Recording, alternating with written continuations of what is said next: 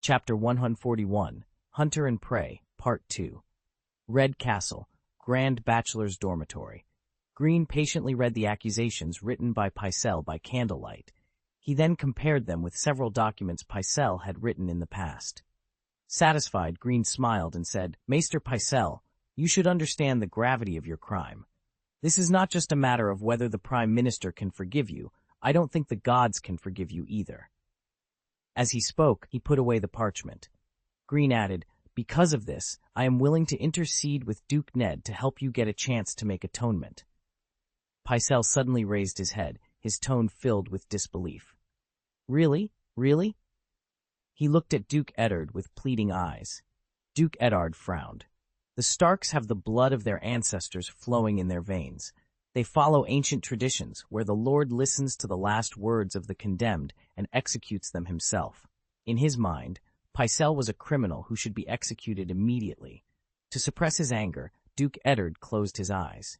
He reminded himself that this was not the North, and he had an agreement with Greene that if Pycelle was not the direct murderer, he would give him a chance to take the black. He nodded reluctantly, and Pycelle burst into tears of confession and gratitude. Greene raised an eyebrow and asked, "So, that man named Shu Fu, when can I see him?" Pycelle wiped his tears and replied, "Earl Greene, I will send him to you tomorrow, the day after tomorrow at the latest." Greene continued, "Will anyone else know about this?" Pycelle shook his head quickly. "I promise to keep it from everyone. I swear to the gods." Greene shook his head. "No, Lord Varys will know." Duke Eddard looked up at the sky. The bright full moon illuminated the silent night, full of mystery and beauty, making him feel nostalgic. At that moment, he missed Catelyn's arms and the sound of his children practicing in the yard. The cool days and cold nights of the north seemed so far away. Greene stood with Duke Eddard for a while and said softly, "Duke Ned, you can treat this matter as a hunt. We cannot scare away the prey, and we must avoid adverse interference. Before we find the real prey, we must choose caution and patience." Duke Eddard sighed. "Son, I understand this, but I just feel that I may not be suited to stay in the South." Greene joked, "I think King Robert will be furious when he hears this and will want to tie you up." Duke Eddard smiled helplessly, patted Greene's arm, and said, "Let's go in. I guess Lord Varys is already waiting for us." Duke Eddard's gray eyes moved to Greene, paused, and nodded in agreement. Step, tap, tap. The sound of feet touching stone slabs filled the empty corridor. Varys greeted them at the door of the room and nodded slightly. "Good night, Prime Minister Ed, Earl Greene." Greene stroked his chest and said, "Good night, Lord Varys. Please forgive me for disturbing you." Duke Eddard lowered his eyes and glanced at the smooth top of Varys's head. "Varys, you seem to have known that I would come to you." Varys held his hands together and said respectfully, "Prime Minister Ed, this was not difficult to guess. I am the Chief Intelligence Officer of the Imperial Court. You would find me sooner or later. As for now, my little bird just happened to see you. I couldn't help but come out to greet you." "Is it such a coincidence?" Duke Eddard glanced sharply at the smiling Varys. "Let's go inside and talk." After sitting down, Duke Eddard spoke directly. "Varys, tell me the cause of Prime Minister Jon's death." Varys looked hesitant. "Actually, many important ministers in the Red Keep have noticed the problem, but we dare not speak out." He sighed softly and continued, "Prime Minister Ed, only after you are here can I dare to reveal everything to you." Duke Eddard's tone was filled with anticipation. "Since you knew about the problems within, why didn't you say a word?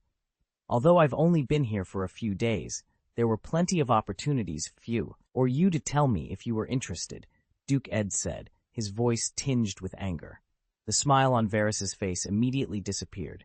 He looked directly at Duke Ed and replied, "You ask why I didn't report it to you in advance. My answer is, because I don't trust you, Prime Minister." Greene's brown eyes flickered slightly. Varys was trying to gain Duke Ed's favor. Observing Varys's behavior, Greene felt a particularly familiar sensation. Power players are adept at manipulating various types of people, and Varys was no exception. Duke Ed responded coolly, "Varys, you don't trust me?" "Not before tonight," Varys nodded, his tone sincere. "Prime Minister Ed, there are only two kinds of people in the Red Keep, those loyal to the kingdom and those loyal to themselves. I am a timid person and dare not easily judge which type you belong to. But now, Varys's face lit up with a smile. Now I know clearly. I feel ashamed for doubting your honor. I was blinded by cowardice. I am truly ashamed. Duke Eddard frowned and asked, Varys, who poisoned Jon? Varys shook his head. It must be someone very close to Prime Minister Jon, someone who often dined with him. There are too many suspects. He looked bitter. I tried to persuade him several times. I begged Prime Minister Jon to have others taste his food first, but he refused. He told me, only those unworthy of being human would think of such things. Greene glanced at Duke Ed, who remained silent, and said, Lord Varys, although there are many suspects, you are the intelligence chief and must have many clues. Do you have any suspects? Duke Ed needs your intelligence and candor. Varys nodded slightly. After Prime Minister Jon passed away, Lady Lysa took everyone close to her husband with her when she left King's Landing, including Prime Minister Jon's maester, steward, captain of the guard, as well as his knights and servants. He paused before continuing. Lady Lysa took most of the people away, but not all. A few stayed behind. A kitchen girl with an enlarged belly hurriedly married Duke Renly's groom. A stable boy became a man in gold robes. A young waiter was kicked out for stealing, and then there was Prime Minister Jon's squire. Duke Ed's eyes narrowed slightly. Are you following the squire? Varys was momentarily stunned, then smiled. It seems you have gained something tonight. Duke Eddard looked at Greene. Greene shrugged and said in a relaxed tone, Duke Ned, Lord Varys's skills are well known. Sooner or later, he will know the source of our intelligence. Greene turned to Varys. Lord Varys, Maester Pycelle also expressed doubts about the former Prime Minister's squire, Hugh. Varys nodded slightly. Everything Hugh had was given by Prime Minister Jon, but when Lady Lysa returned to the Eyrie with her family, he chose to stay in King's Landing. My little birds tell me he has recently become a regular visitor to the Satya Girls' wing and has shiny new armor ready for the tourney. Greene remained silent. Based on the original plot he knew, he had determined that Hugh was the bait introduced by Lord Petter. Varys was intentionally promoting Petter's plan. They were both trying to incite a dispute between the lions and the wolves. Petter had directly or indirectly bought the squire Hugh, and whatever he revealed to Duke Eddard would be false information designed to point the finger at the Lannisters. Varys had already seen through Petter's plot and was happy to assist. They all wanted chaos. There were also traces left by Prime Minister Jon when he investigated the royal bloodline issue. Greene withdrew his thoughts and planned to split this matter into two separate issues. Duke Ed had already sensed the underlying tension. The inexplicable danger loomed, and he felt it wouldn't be long before the real murderer was found. If Lannister was indeed the murderer of Jon, Tywin Lannister would not sit idly by. He was known for his ruthlessness towards the defeated, as the fate of the Targaryens had shown. He needed to send a message to Winterfell immediately, instructing his wife to mobilize their vassals in his name to prepare the defense of the North. Unless the Lannisters had the full military might of the South behind them, they would never dare to invade a well-prepared neck. They could never imagine such a day. If war was unavoidable, he and Robert wouldn't mind hosting a grand banquet at Casterly Rock. The running wolf bared its fangs, and Varys glanced at Duke Eddard's expression, his smile deepening. Varys and Greene exchanged a look, with Greene smiling. Varys, thank you, Eddard said. Your Majesty Prime Minister, Varys is always at your disposal, Varys replied. Prime Minister's Tower. Just after breakfast, the butler Vian Poole escorted Arya Stark to the empty small hall. Boy, you're late, a strange voice called out to Arya. She saw a bald man with a slim figure and a prominent aquiline nose emerging from the shadows. He held a pair of thin wooden swords in his hands. Arya, unfazed by the sudden appearance of a stranger, asked happily, Who are you? I'm your dance teacher, the bald man replied with an accent, likely from the Free Cities, perhaps Braavos or Myr. He tossed a wooden sword to Arya. She reached out to catch it but missed, and it clattered to the ground. Boy, from tomorrow onwards, you must catch it when I throw it. Now pick it up. Arya protested. I'm a girl. She noticed that the wooden sword resembled a real one, complete with a hilt, a guard, and a ball decorating the hilt. The bald man grinned. Male or female, you are a sword, and that's enough. Arya picked up the sword, wiped her palms on her pants, and held the sword in her left hand. The bald man looked satisfied. The left hand is best. If the left and right are reversed, your enemies will be very uncomfortable with it. But your stance is wrong. Don't face me directly. Move your body to the side. Yes, that's it. You're thin, like a spear, which is good because the target is smaller. Now let me see how you hold it. He leaned over, adjusted her fingers, and readjusted her grip. Yes, that's it. Don't use too much force. Yes, but be flexible and graceful. Arya asked, if I hold it like this, what will happen if the sword falls? The bald man glanced at Arya sideways. The sword must be integrated with your hand. Will your hand fall off? Of course not. Syrio Forel has served as the chief swordsman for the Sea King of Braavos for 9 years. He knows these things. Listen to him, boy. Arya showed a determined expression. Syrio Forel grinned again. Now we begin to dance. Remember, child, we are not learning the dance of iron in Westeros, the dance of knights, slashing and hacking. No, this is the dance of the killer, the dance of water, moving quickly and unexpectedly. People are made of water, you know? When you stab the human body and the water leaks out, the person will die. With that, he took a step back lightly, raised his wooden sword, and pointed it at Arya. Now try hitting me, kid. Throne room, Royal Council. Duke Eddard glanced at Maester Pycelle, who looked exactly the same as usual. He even suspected that the person he saw last night was someone else pretending to be Pycelle. The Red Castle was indeed full of lies, cunning, and hypocrisy. The political matter they discussed today was still Lord Eddard's impatience with the tourney. The kingdom prospers because of the tournament. For the nobles, it is a great opportunity to seek glory. As for the people, it can temporarily make them forget their worries, Pater said, spreading his hands. Many people can make a lot of money from this. The hotels in King's Landing are all fully booked, and the girls who entertain guests can't stop smiling. Their pockets jingle with coins as they walk. Lord Renly laughed heartily and said, "It's a good thing Stannis isn't here. Do you remember when he proposed banning all the brothels in King's Landing during a royal council meeting? King Robert asked him if he also wanted to ban eating, pooping, and breathing at the same time. Honestly, I sometimes wonder he'd dare where Stannis' unattractive daughter came from. I can't imagine Stannis in bed. Maybe he approaches it like a battlefield, with solemn eyes and a determined sense of duty." Everyone laughed, except for Duke Eddard. He looked at the smiling Renly and said, "I am also thinking about your brother Stannis. I wonder when he will leave Dragonstone and return to the Royal Council." Petter smirked and said, "Your Majesty Prime Minister, if we drove all the girls into Blackwater Bay, I believe Stannis would appear here immediately."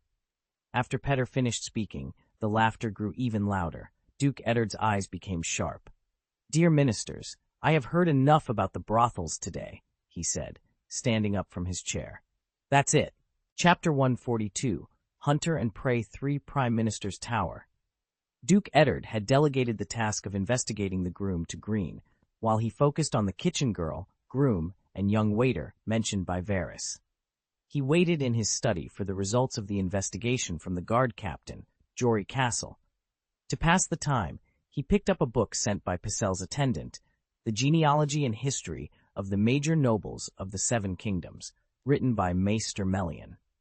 Duke Eddard settled into his chair and began to read slowly. The book was over 100 years old, and for once he felt that Pycelle had been honest. The book was indeed tedious. However, Eddard read on patiently, convinced that since Jon Arryn had studied this book, there must be a reason. Important clues and questions must be hidden among these yellowed and fragile pages. It was just a matter of whether he could uncover them in time.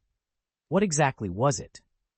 Lord Eddard frowned unconsciously as he turned to the section on House Lannister. The Lannister family had a long history, dating back to the trickster Lann the Clever during the Age of Heroes. Lann was as legendary as the Stark ancestor Brandon the Builder, but more beloved by singers and storytellers. According to the ballads, Lann did not rely on swords, but used his wit to drive the Castelli family out of Casterly Rock. He even stole gold from the sun to add luster to his curly hair, giving rise to the blonde Lannister family. Legend had it that Lon lived for 312 years and fathered 100 brave sons and 100 agile daughters. The men were handsome, the women beautiful, their skills strong, and their golden hair like the rays of the sun. Eventually, there were so many Lannister descendants that Casterly Rock could no longer accommodate them all. Small branches of the family moved into nearby villages, which grew into the town and then the city of Lannisport. Lord Eddard wished that Lan were by his side to help him uncover the secret hidden in the book. A knock on the door interrupted his thoughts. Closing the book that was giving him a headache, he knew his captain of the guard had brought news. "Come in," Duke Eddard called. Jory Castle opened the door and strode in, saluting. "My lord." Duke Eddard nodded slightly. "What's the result?" "I met everyone and spoke to them individually. The first person was the groom who became a member of the City Watch. He said he knew Lord Arryn well and that they got along famously," Jory reported, his tone skeptical. "He mentioned that every time the boys named their horses, Lord Arryn would reward them with a few small coins. He also said that Lord Arryn was knowledgeable about horses and never overworked his mounts. He often brought carrots and apples for the horses, so they liked him." "Carrots and apples?" Lord Eddard mused, realizing the groom had limited knowledge and couldn't provide useful information. "Tell me about the others." The second person was the kitchen girl. She said that during that time, Lord Arryn often read late into the night. She also mentioned that he was always worried about his young son's frail health and was very harsh with Lady Lysa. Duke Eddard's gray eyes flickered, and he glanced at the book he had just read. "She said John was rough with Lysa?" Jory nodded. "I'm certain, my lord." After a moment of silence, Duke Eddard said, "Jory, please continue." "The third person was a young waiter who now makes a living by pulling carts. He never spoke to Lord Arryn, but heard a lot of gossip. For instance, Lord Arryn had been quarreling with the king recently. He thought the food was not delicious, planned to send his young son to Dragonstone as a ward, suddenly became interested in raising hounds, and went to Steel Street to find a clever old blacksmith to commission a new piece of armor." Duke Eddard listened intently, piecing together the fragments of information. The puzzle was far from complete, but each piece brought him closer to the truth. All plated with silver, with a falcon carved from blue jade, and a moon made of mother of pearl on the chest. After a pause, Jory added, "He also mentioned that there was a time when Duke Arryn often went out on horseback." Duke Ed was intrigued and asked, "Did he tell you where he went?" The boy said that Duke Arryn went to the women's branch. Duke Ed frowned. The women's branch? He had heard too much about the women's branch today. He swore that what he said was true. He also mentioned that he heard it from Lord Arryn's personal guards. When he was helping them lead their horses, he overheard the guards joking about it. Duke Ed was still skeptical. He knew his adoptive father well and believed he would never do anything to tarnish his honor unless there was a compelling reason. Moreover, the John Arryn that Duke Eddard knew would not wear jewel-encrusted silver armor. His adoptive father had once taught him and Robert that armor is for protection, not decoration. John had been in the Red Keep for more than 10 years, and while he might have changed, this change seemed too drastic. Duke Eddard sensed something unusual. John's personal bodyguards would surely have provided more useful clues, but they had all been taken away to the Vale by Lady Lysa. Damn it! Duke Ed decided to investigate Steel Street himself. As for the women's branch, he looked at his guard captain. "Jory, I leave the investigation of the women's branch to you." Jory smiled and replied, "Sir, this is a tough job." Duke Eddard left the study and walked towards the stairs when he saw Petter Baelish standing in front of the corridor window with his back to him. Peter noticed the movement, turned around, and bowed slightly towards Lord Eddard. The whole process was elegant and calm. Peter raised the corners of his lips, his voice hoarse and magnetic. "Prime Minister Ed, it seems you are going out." Eddard, who didn't appreciate Petter's cleverness and cunning, said to the guards, "You go down and prepare the horses first." After everyone left, only Duke Eddard and Peter remained. Eddard asked directly, "Peter, why are you looking for me?" Peter, dressed neatly, stood with his hands behind his back and smiled. "Prime Minister Eddard, it seems that the topic of the women's branch at the Royal Council still makes you angry." Duke Ed replied coldly. That's a royal meeting, not a tavern. Peter shrugged, his smile a bit helpless. The royal council you are sitting in is too serious, and everyone needs time to adapt. I am just a jester who voluntarily serves. Duke Eddard stared at Peter with a sincere face for a while, and said, Peter, you have no reason to do this. You should know very well that I don't like you. Peter's smile turned bitter. Because I am a sentimental fool, I am worried that Catelyn, Lady Stark, will hate me for not helping her husband. Please keep my affairs a secret. I have tried my best to make others think that I am an evil and cruel person, but I really don't want others to see the truth in me. Duke Eddard didn't believe a word of Peter's explanation, but he didn't show it. Earl Greene's detailed analysis convinced him that anyone could be the murderer of Jon. The running wolf was very patient when hunting. Duke Eddard said calmly, Peter, maybe you mean well, but I don't like this approach, and I don't trust you either. Peter's eyes flickered, but he didn't show any signs of being affected by Duke Eddard's words. Prime Minister Ed, you have adapted very quickly here. You are right not to trust me. You can't trust anyone in the Red Keep, including your own eyes. Duke Eddard frowned, disgusted by Peter's ambiguous words. The Red Keep seemed like a fox's den. Peter leaned slightly, pointed to the place where he had been standing before, and said, Prime Minister Ed, please come here. Seeing Duke Eddard's puzzled look, Peter chuckled and said, Come here, and you will understand. I'll show you something interesting, Peter said, his voice calm and measured. Duke Eddard frowned but walked over to join him. Peter stood beside him, his eyes drifting toward the window. There, past the square, at the door of the armory. Do you see the young man squatting on the stairs, sharpening a knife?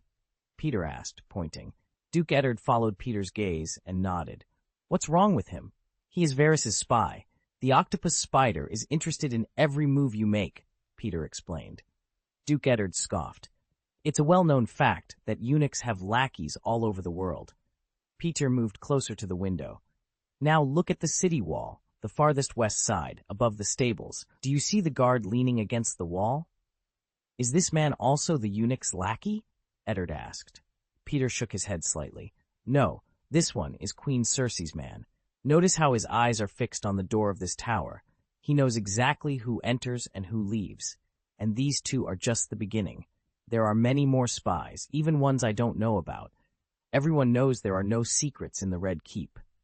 Duke Eddard's face turned red with anger. Is everyone in this damn Red Castle someone else's spy? Peter nodded, clapping his fingers together. Indeed, they monitor you, your children, your guards, your servants, anyone who comes into contact with you. It's a hard job being a spy. Eddard's anger flared. I will clean up this place sooner or later. Peter turned to him, smiling. I admire your determination, but the Red Keep can never be clean. It would be easier to make the White Walkers dance for you. Eddard's expression grew solemn. Petter, not everyone is willing to be someone else's lackey. Petter met Eddard's sharp gaze. Everyone has a price. It's just that the number of golden dragons that impresses them varies. He spread his hands and continued leisurely. This morning, a strange young man came to me. He took a few golden dragons from my pocket, and I learned that last night our Prime Minister and the Queen's Chief Steward visited Pycelle and Varys together. Your whereabouts are now very valuable, second only to His Majesty Robert. Damn it, Eddard cursed. Is this Robert's Red Keep? The Prime Minister's movements are a way for dirty people to earn gold dragons. Peter regained his elegant smile. There are no secrets in the Red Keep. These are the rules of the game here. I hope you will adapt soon, my Prime Minister. Eddard took a deep breath, paused, and said in a deep voice, Petter, thank you for your special reminder, but I will never comply with the bad rules of the game in the Red Keep. Petter shrugged. Prime Minister Eddard, you Starks are as stubborn as the rumors say. I dare say you will fall with a bang one day, and I believe it won't take long to hear the sound of cracking. He shook his head and sighed. I guess you are planning to let your men visit the women's branch? Do you know how many women's branches there are in King's Landing? And you should be very clear by now how eye-catching your movements are. Before Petter could finish, Eddard's large hand suddenly grabbed his shoulder, slamming him against the wall. Eddard drew his dagger and pointed it at Petter's chin, his voice cold. "Littlefinger, it seems you have also set your sights on me, and you are still standing in front of me so upright. Do you know what crime this is?" Petter glanced down at the dagger, its cold light reflecting in his eyes. He mocked, "Stark, you are not the only one investigating the cause of Prime Minister John's death. Don't forget that I was once the Prime Minister's political officer, and I was promoted to the position of Imperial Minister by Prime Minister John himself." Hiss. Eddard tightened his grip on Petter's shoulder, causing him to wince in pain. How did you know I was investigating the women's branch?" Duke Ed asked, his voice tinged with suspicion. Petter chuckled softly. "Ha! Your men are acting with such great fanfare. Do you think everyone else is blind and deaf? Besides, I've been investigating this matter secretly myself. It wasn't hard to guess." Duke Ed put down his dagger, his eyes narrowing. "Do you have any other clues?" Petyr straightened his clothes before responding. "Gee. Prime Minister Ed, impulsiveness won't solve the problem. Because of Kate, I want to help you as much as possible. Only an idiot would regret coming to you. Got it?" Duke Ed sheathed his dagger, pausing for a moment. "Sorry," he muttered. Petter shook his head slightly, a look of helplessness on his face. "Ha, you are so insincere," he said. "The people I've arranged will guide your men to the women's branch that Duke John visited." He straightened his hair again and continued, "Stark, don't ask me why I didn't report my suspicions about Prime Minister John's death to King Robert. I'm just a small nobleman from the Five Fingers Peninsula. I keep a low profile, and without evidence, I can only investigate and collect it secretly." Duke Ed's expression remained serious. "I am very grateful for your help. Maybe I should believe you." "No, never trust anyone. You can't trust anyone in the Red Fort, including your own eyes," Petter advised with an elegant smile. "I can't stay too long. I just happened to pass by today. I was on my way to a dinner arranged by Countess Tanda. She intends to marry her youngest daughter to me, so there's always delicious food on the table. It's very rich. To be honest, I'd rather marry a pig. Well, don't tell her that. I really like her eel pie." With that, Peter nodded slightly and turned to leave. Chapter 143, Hunter and Prey. Maester Pacell was very considerate, and Greene took in the unconscious monk during the night. Geoffrey of the Survey Corps first tended to the repairman, then woke him up and made a cut on his wrist, allowing the blood to drip into a pre-placed wooden bucket. Tick-tock. Geoffrey asked someone to cover Shufu's eyes and made another gesture. The next day, as the sky showed a hazy light blue, Greene put down Shufu's written testimony and tapped his slender fingers on the table several times. On the day that Prime Minister John passed away, a masked man suddenly approached Shufu. First, he gave him a large sum of gold dragons and then told him he had a task for him. The masked man promised that Shufu would receive the title of knight. The task given to Shufu by the masked man was very simple. When Duke Eddard came to find him, he was to tell him that Prime Minister John had been secretly investigating King Robert's illegitimate children in King's Landing before his death. He occasionally heard him say, "Cast tough." Why didn't Shufu suspect the masked man? Shufu had accidentally spied on Earl Petter and Lady Lysa's affair, but he did not report what he saw to Prime Minister John. Instead, he used this incident to threaten Peter. Shufu guessed that the masked man was Peter's subordinate, and the gold dragon he received was hush money. This mission was a test and reward for his loyalty to Lord Peter. Everyone knew that Earl Peter was always generous. Shufu felt that he had won the bet. Not only had he gained wealth, but his dream of becoming a knight was about to come true. Greed blinded Shufu's eyes, and he even began to investigate the secret between the king's illegitimate son and his strong caste. After he had the title of knight, he also wanted to get a fief, so Shufu wanted to become a real noble. Greene's pupils shrank. The cunning Petter had already grasped the truth about the royal bloodline in advance. He was prepared to use this matter to create chaos and let it become his ladder of advancement. Petter led Duke Eddard without leaving a trace to find out the royal bloodline issue that Prime Minister John was investigating before his death. When Duke Eddard discovered the truth about the royal bloodline, he would identify the murderer of Prime Minister John as Queen Lannister. As for the evidence of murder, it was no longer important at that time, and no one would pursue it, because the matter of tarnishing the royal bloodline was more significant. The running wolf pounces and the golden lion counterattacks. Greene closed his eyes. He knew that Duke Eddard's impartial heart would definitely give Petter a chance to defend himself. Peter's cunning would be difficult for Shufu alone to make him submit. It is difficult to pin the charge of poisoning Prime Minister Jon on Peter and Lysa's adultery evidence alone. Greene opened his eyes, smiled, and shook his head slightly. He seemed to have forgotten just now that this is Westeros, and everyone is a player in the Game of Thrones. What real evidence does he need? Lord Greene knew in his heart that he had not wronged Petter. Sunlight poured into the silent room through the window. Greene stood up. He was going to find Varys, the intelligence chief, to convince him to give Peter a last-ditch kill. If Varys refused to cooperate, then let Peter go temporarily and kill Varys. Then Greene and Peter would join hands to create chaos. Greene picked up the sword and put it on his waist. As a lord, he wanted to think calmly and try his best to cooperate with Varys. This person was still useful. Greene led the guard out of Hook Alley and pulled the reins to slow down the horse. He spotted the crowned stag and the golden rose flag in front of him. Renly Baratheon, Loras Tyrell, and Margaery Tyrell rode in surrounded by guards. Renly was handsome, Loras was handsome, and Margaery was charming. The picture was beautiful and very high profile. It's a pity that James is not here. Greene raised his hand to signal. The guards moved to the side of the road, Machiavellian way, for the approaching team. Lord Renly walked past the Greenes with his chin held high, ignoring the dozen or so bright blue robes of Clayburgh. Margaery's beautiful eyes glanced lightly, and Greene tilted her head. A polite smile appeared on her face, but her grip on the reins tightened as she looked away, pretending nothing had happened. Loras glanced sideways at Greene. He was dressed in a light blue silk coat with a belt made of golden roses. The gentle morning light seemed to give him a golden halo, drawing attention. Greene's eyes met Loras's gaze. Greene raised an eyebrow, acknowledging his defeat. Loras's eyes were filled with anger, silently promising retribution.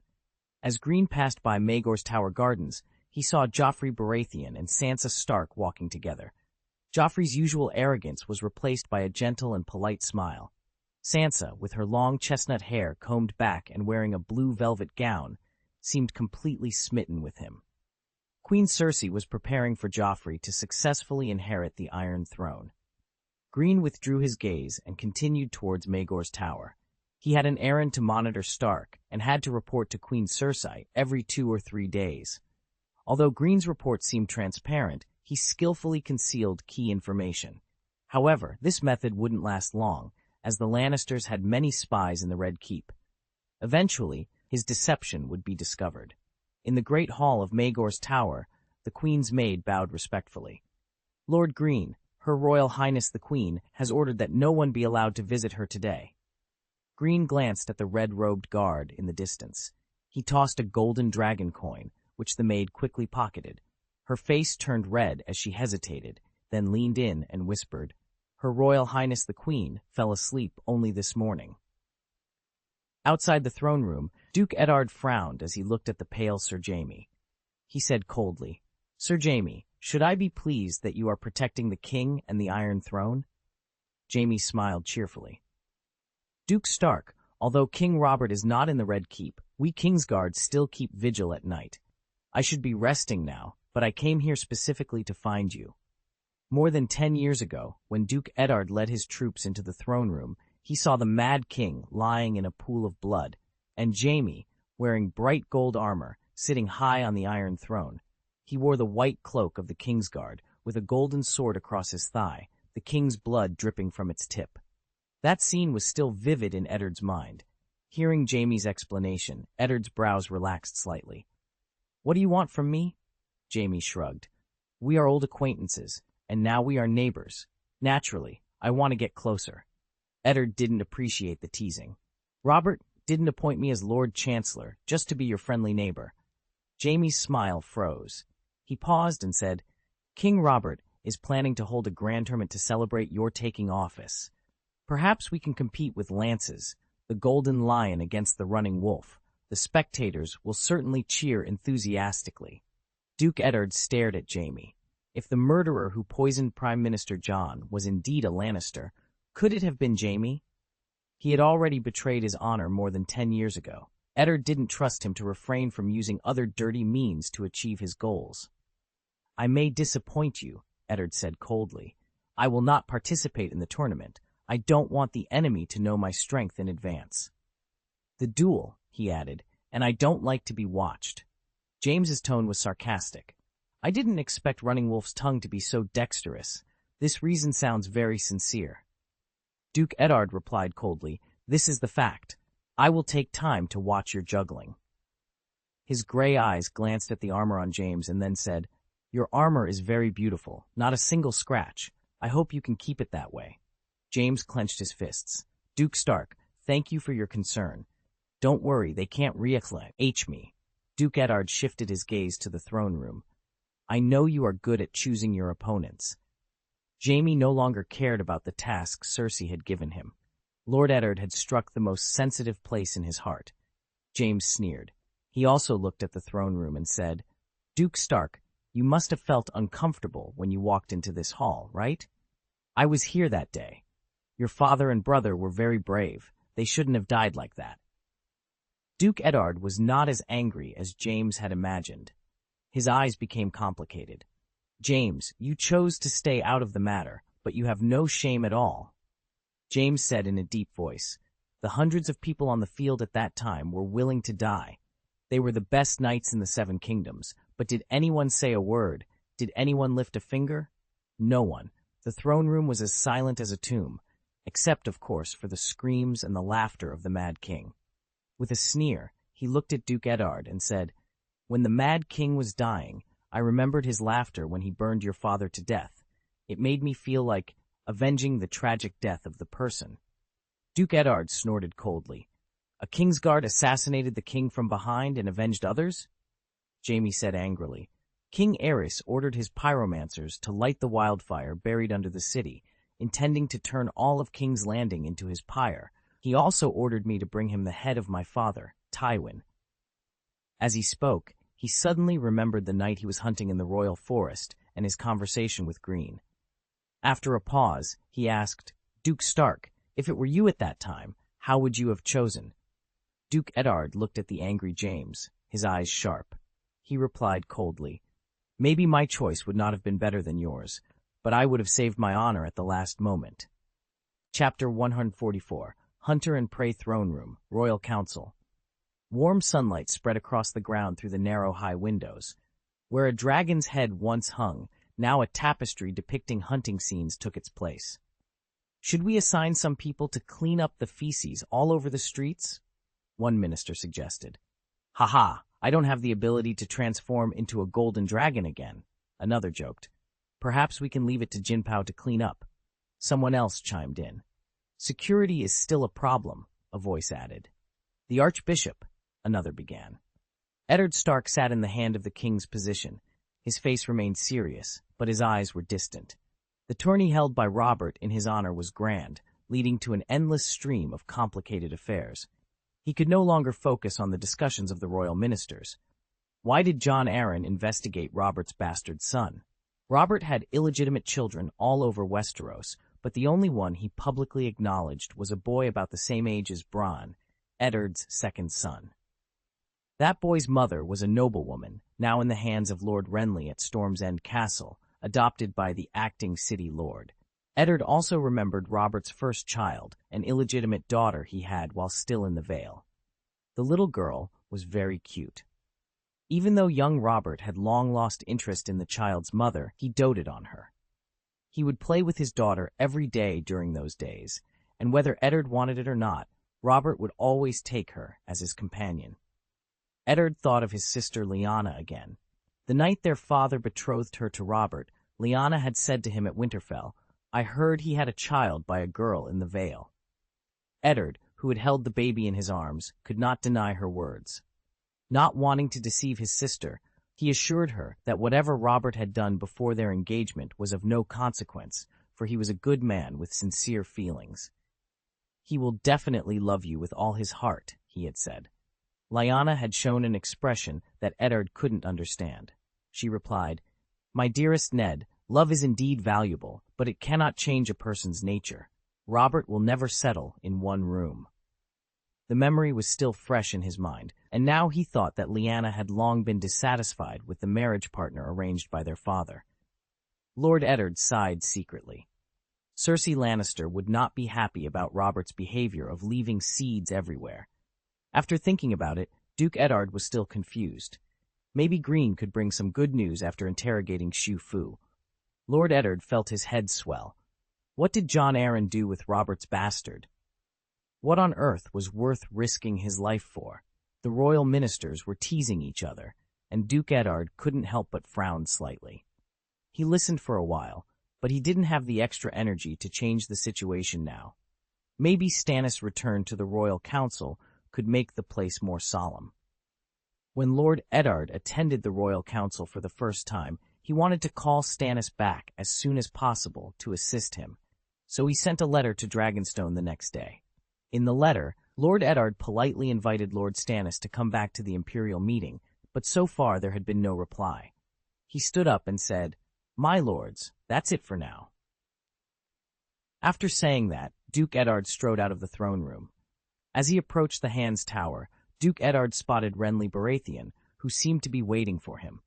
Lord Eddard had not seen Renly at the King's Council today, and Petter had half-jokingly told him that the Lord Advocate was often absent from the King's Council, which was the only similarity between the two Baratheon brothers.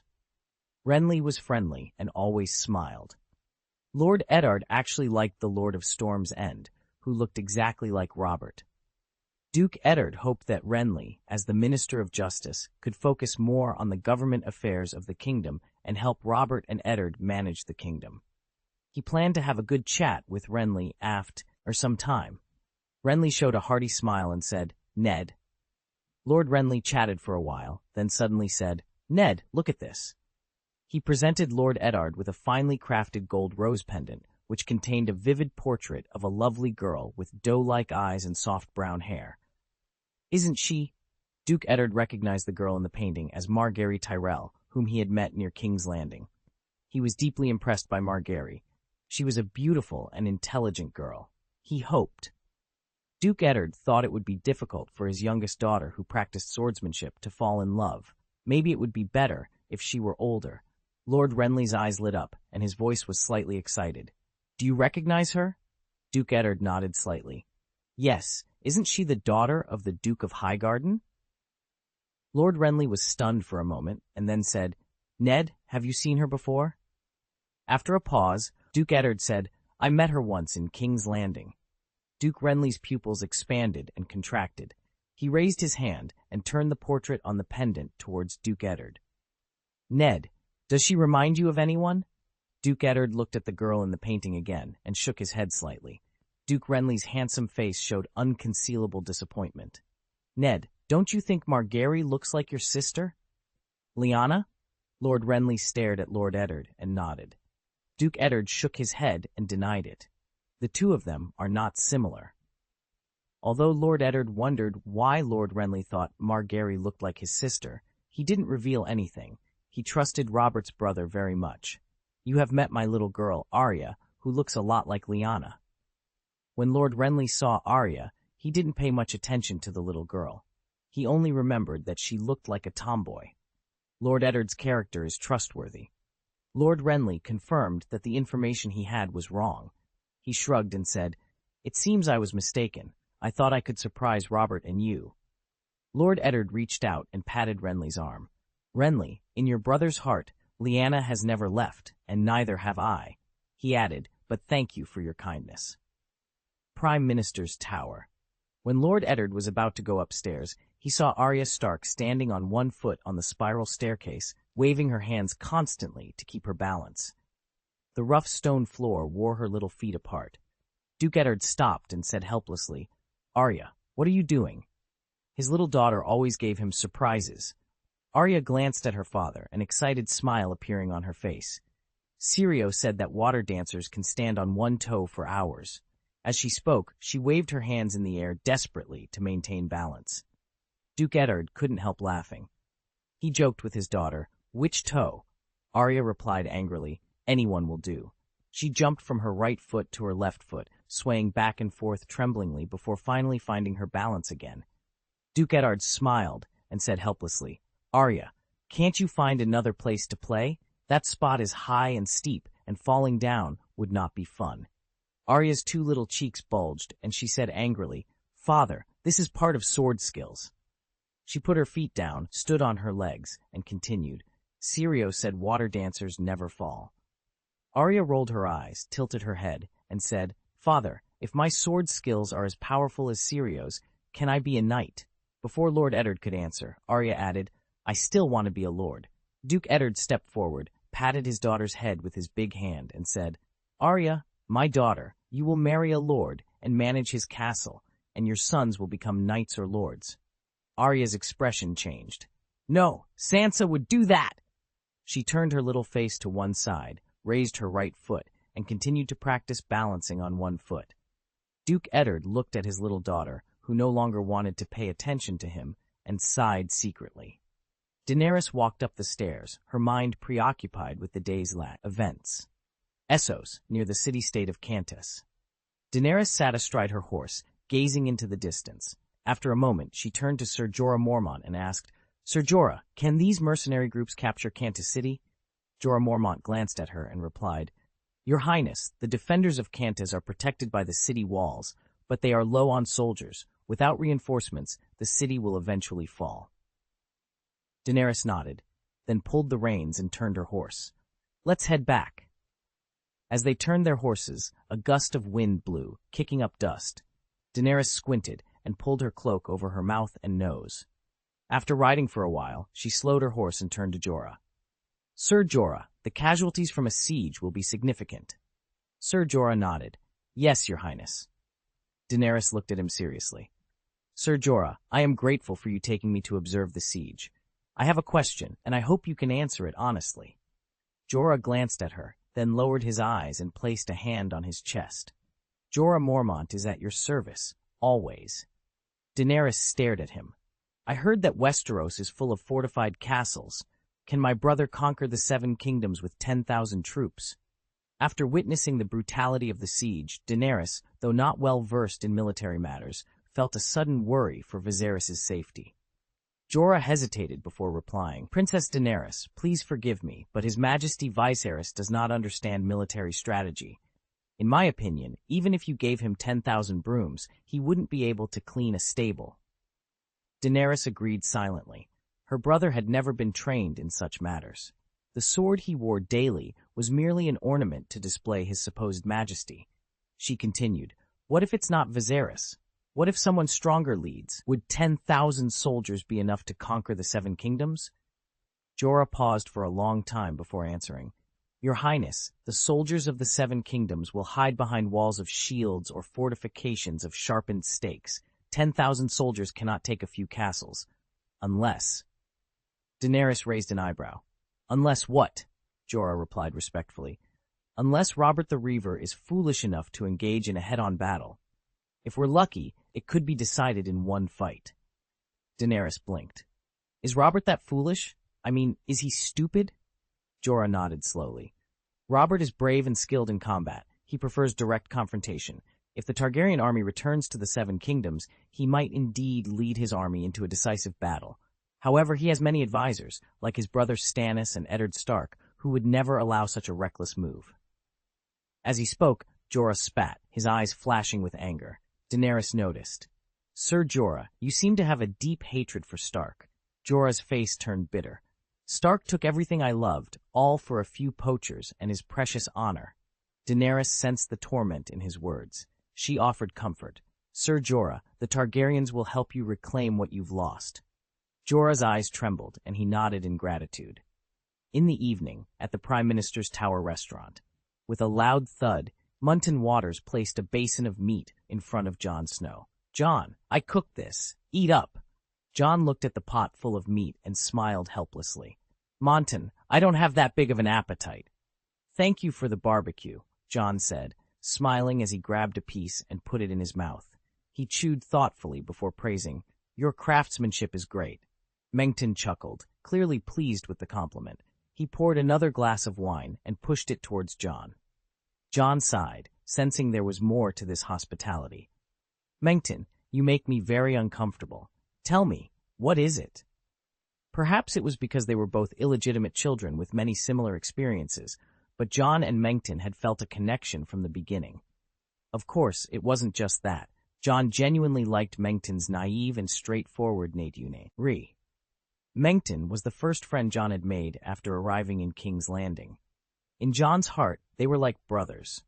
Robb, Bran, and Rickon were all his father's children, and John loved them dearly. However, because of Lady Catelyn's coldness towards him, John always felt like an outsider.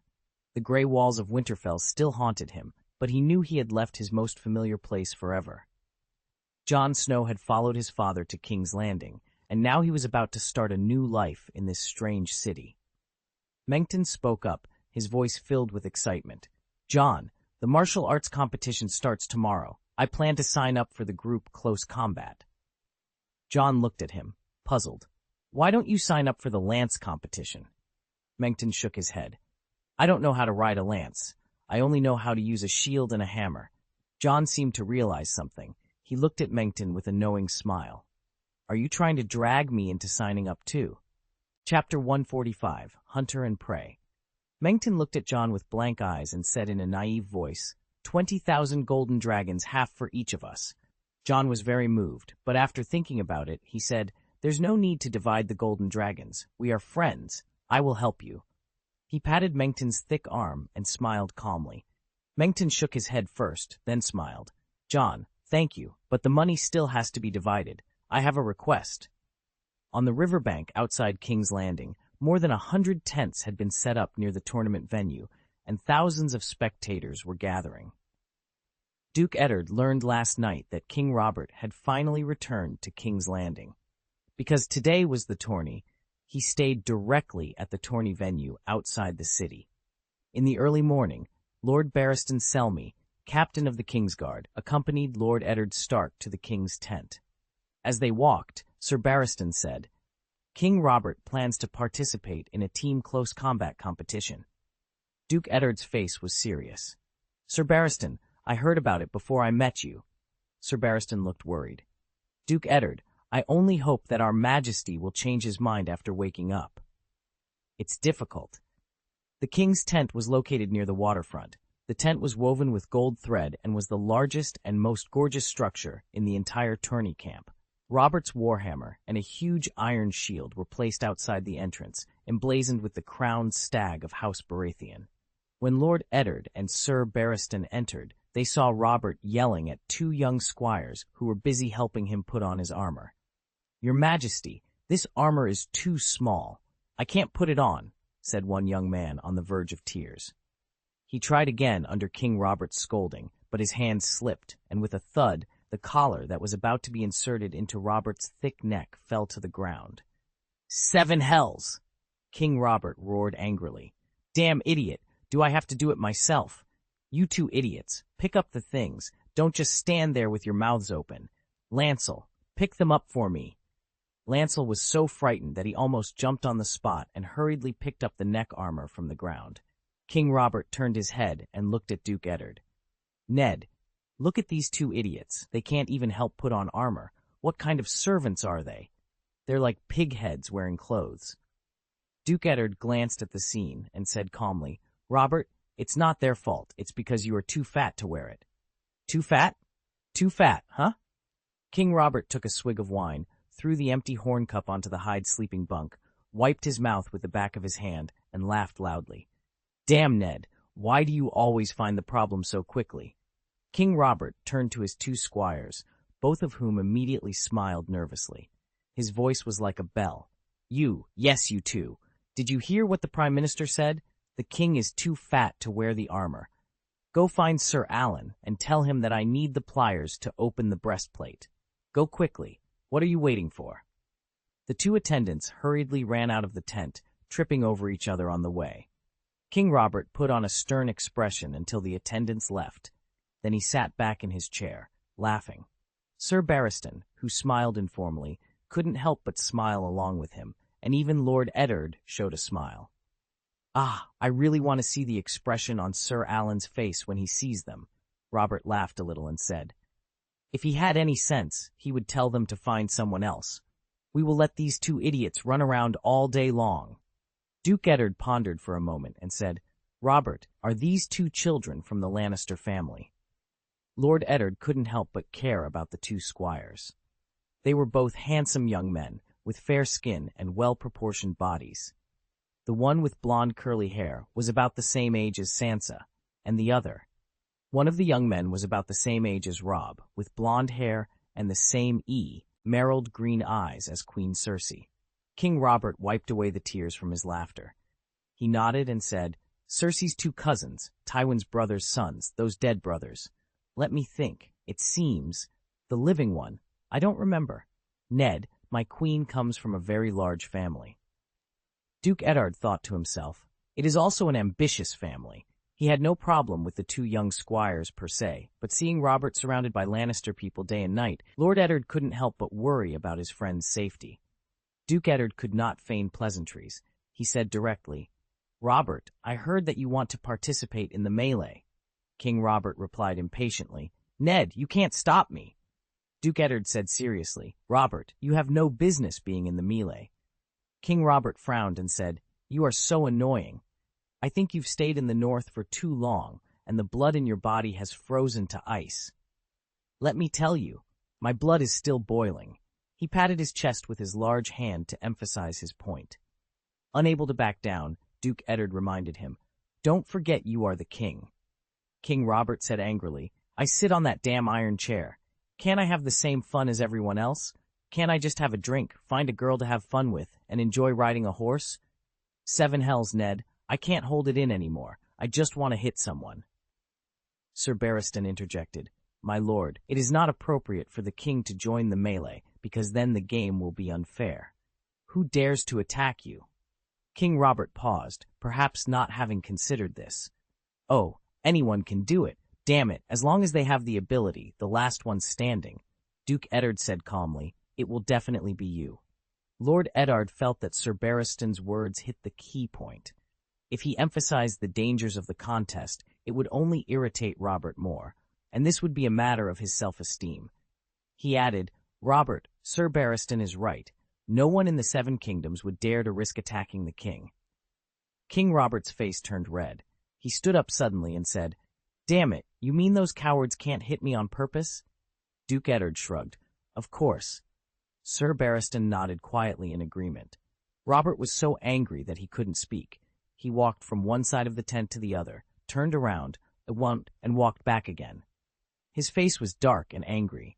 Then he grabbed the breastplate from the ground and threw it angrily towards Barristan. Sir Barristan ducked. Robert said coldly, "Get out, lest I kill you." Sir Barristan nodded and left the tent. Duke Eddard was about to leave, but King Robert said, "Ned, you don't have to leave."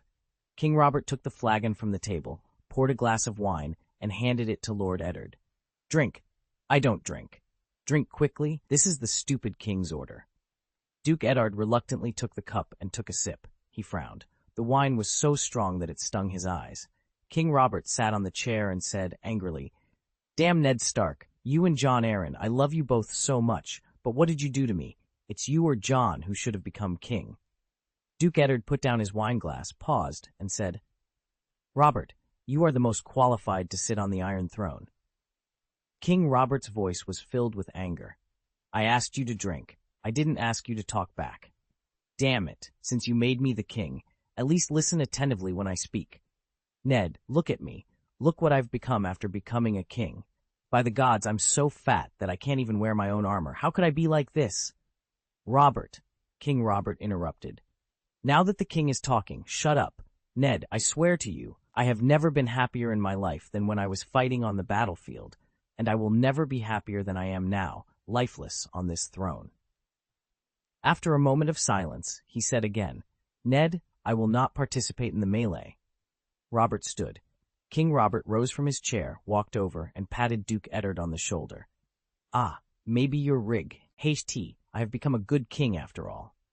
King Robert waited for a moment, expecting a response from Duke Eddard. When none came, he said angrily, "Damn it, Ned, you should agree with me at this moment." Eddard finally replied, "You're right." "Seven hells." King Robert exclaimed, pulling Duke Eddard forward. "Who do you think will be the champion today? Have you seen Mace's son? Everyone calls him the Knight of Flowers.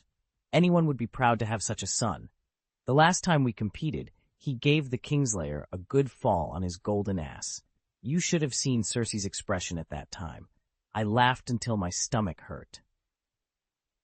The tournament arena was filled with the gleam of shining armor and tall warhorses clad in gold and silver.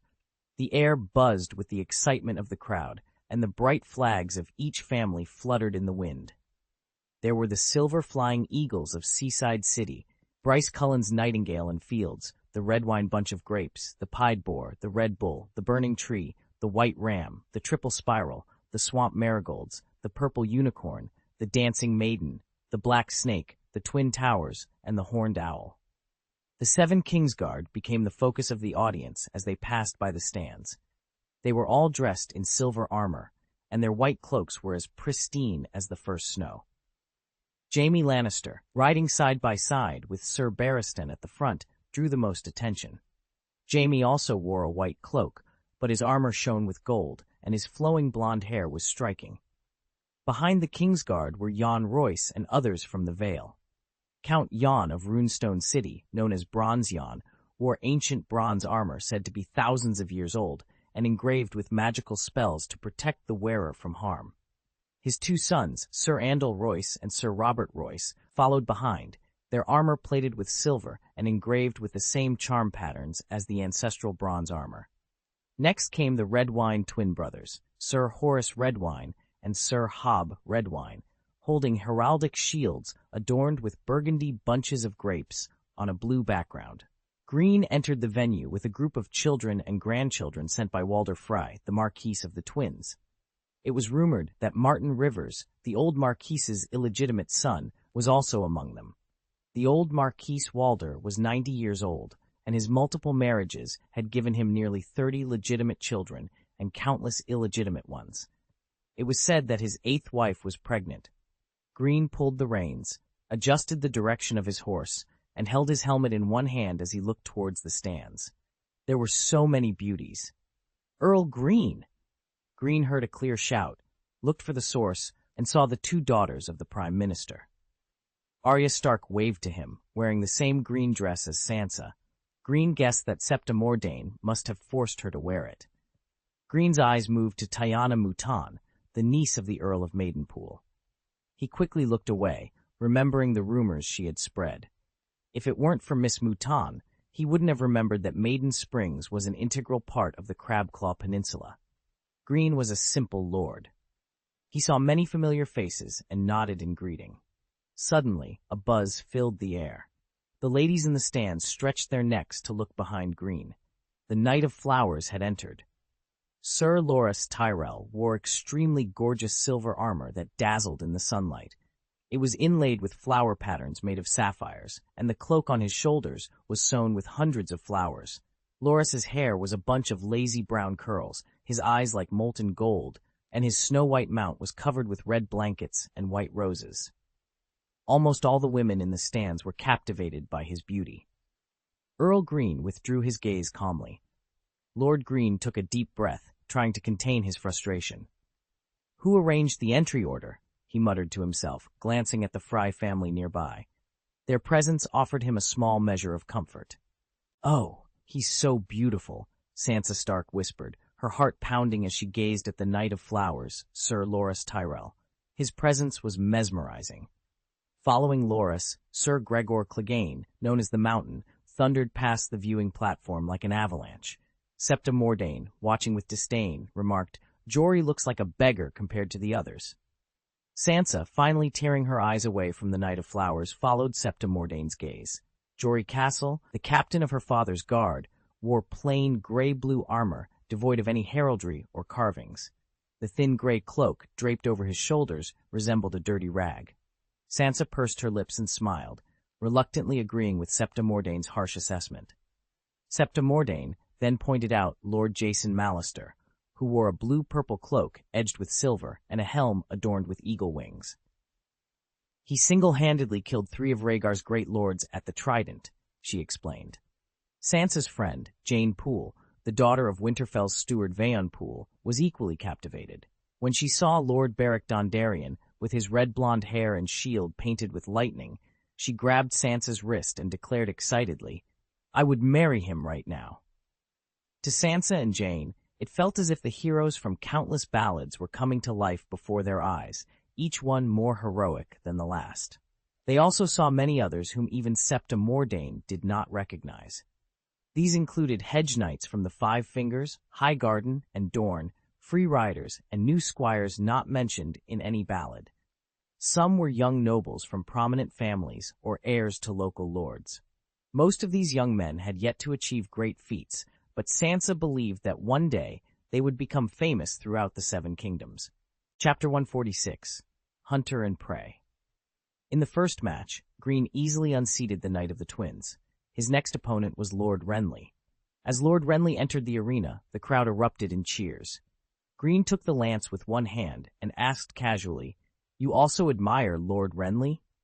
The golden-robed attendants, who were responsible for assisting the knights, had mobilized some people to help with the competition, such as handing lances to the participants. The young man in the golden robe in front of Greene had served under him during a hunt in the royal forest. The young man's eyes frequently drifted towards Duke Renly in the distance, and his voice was filled with reverence. "Yes, Lord Greene."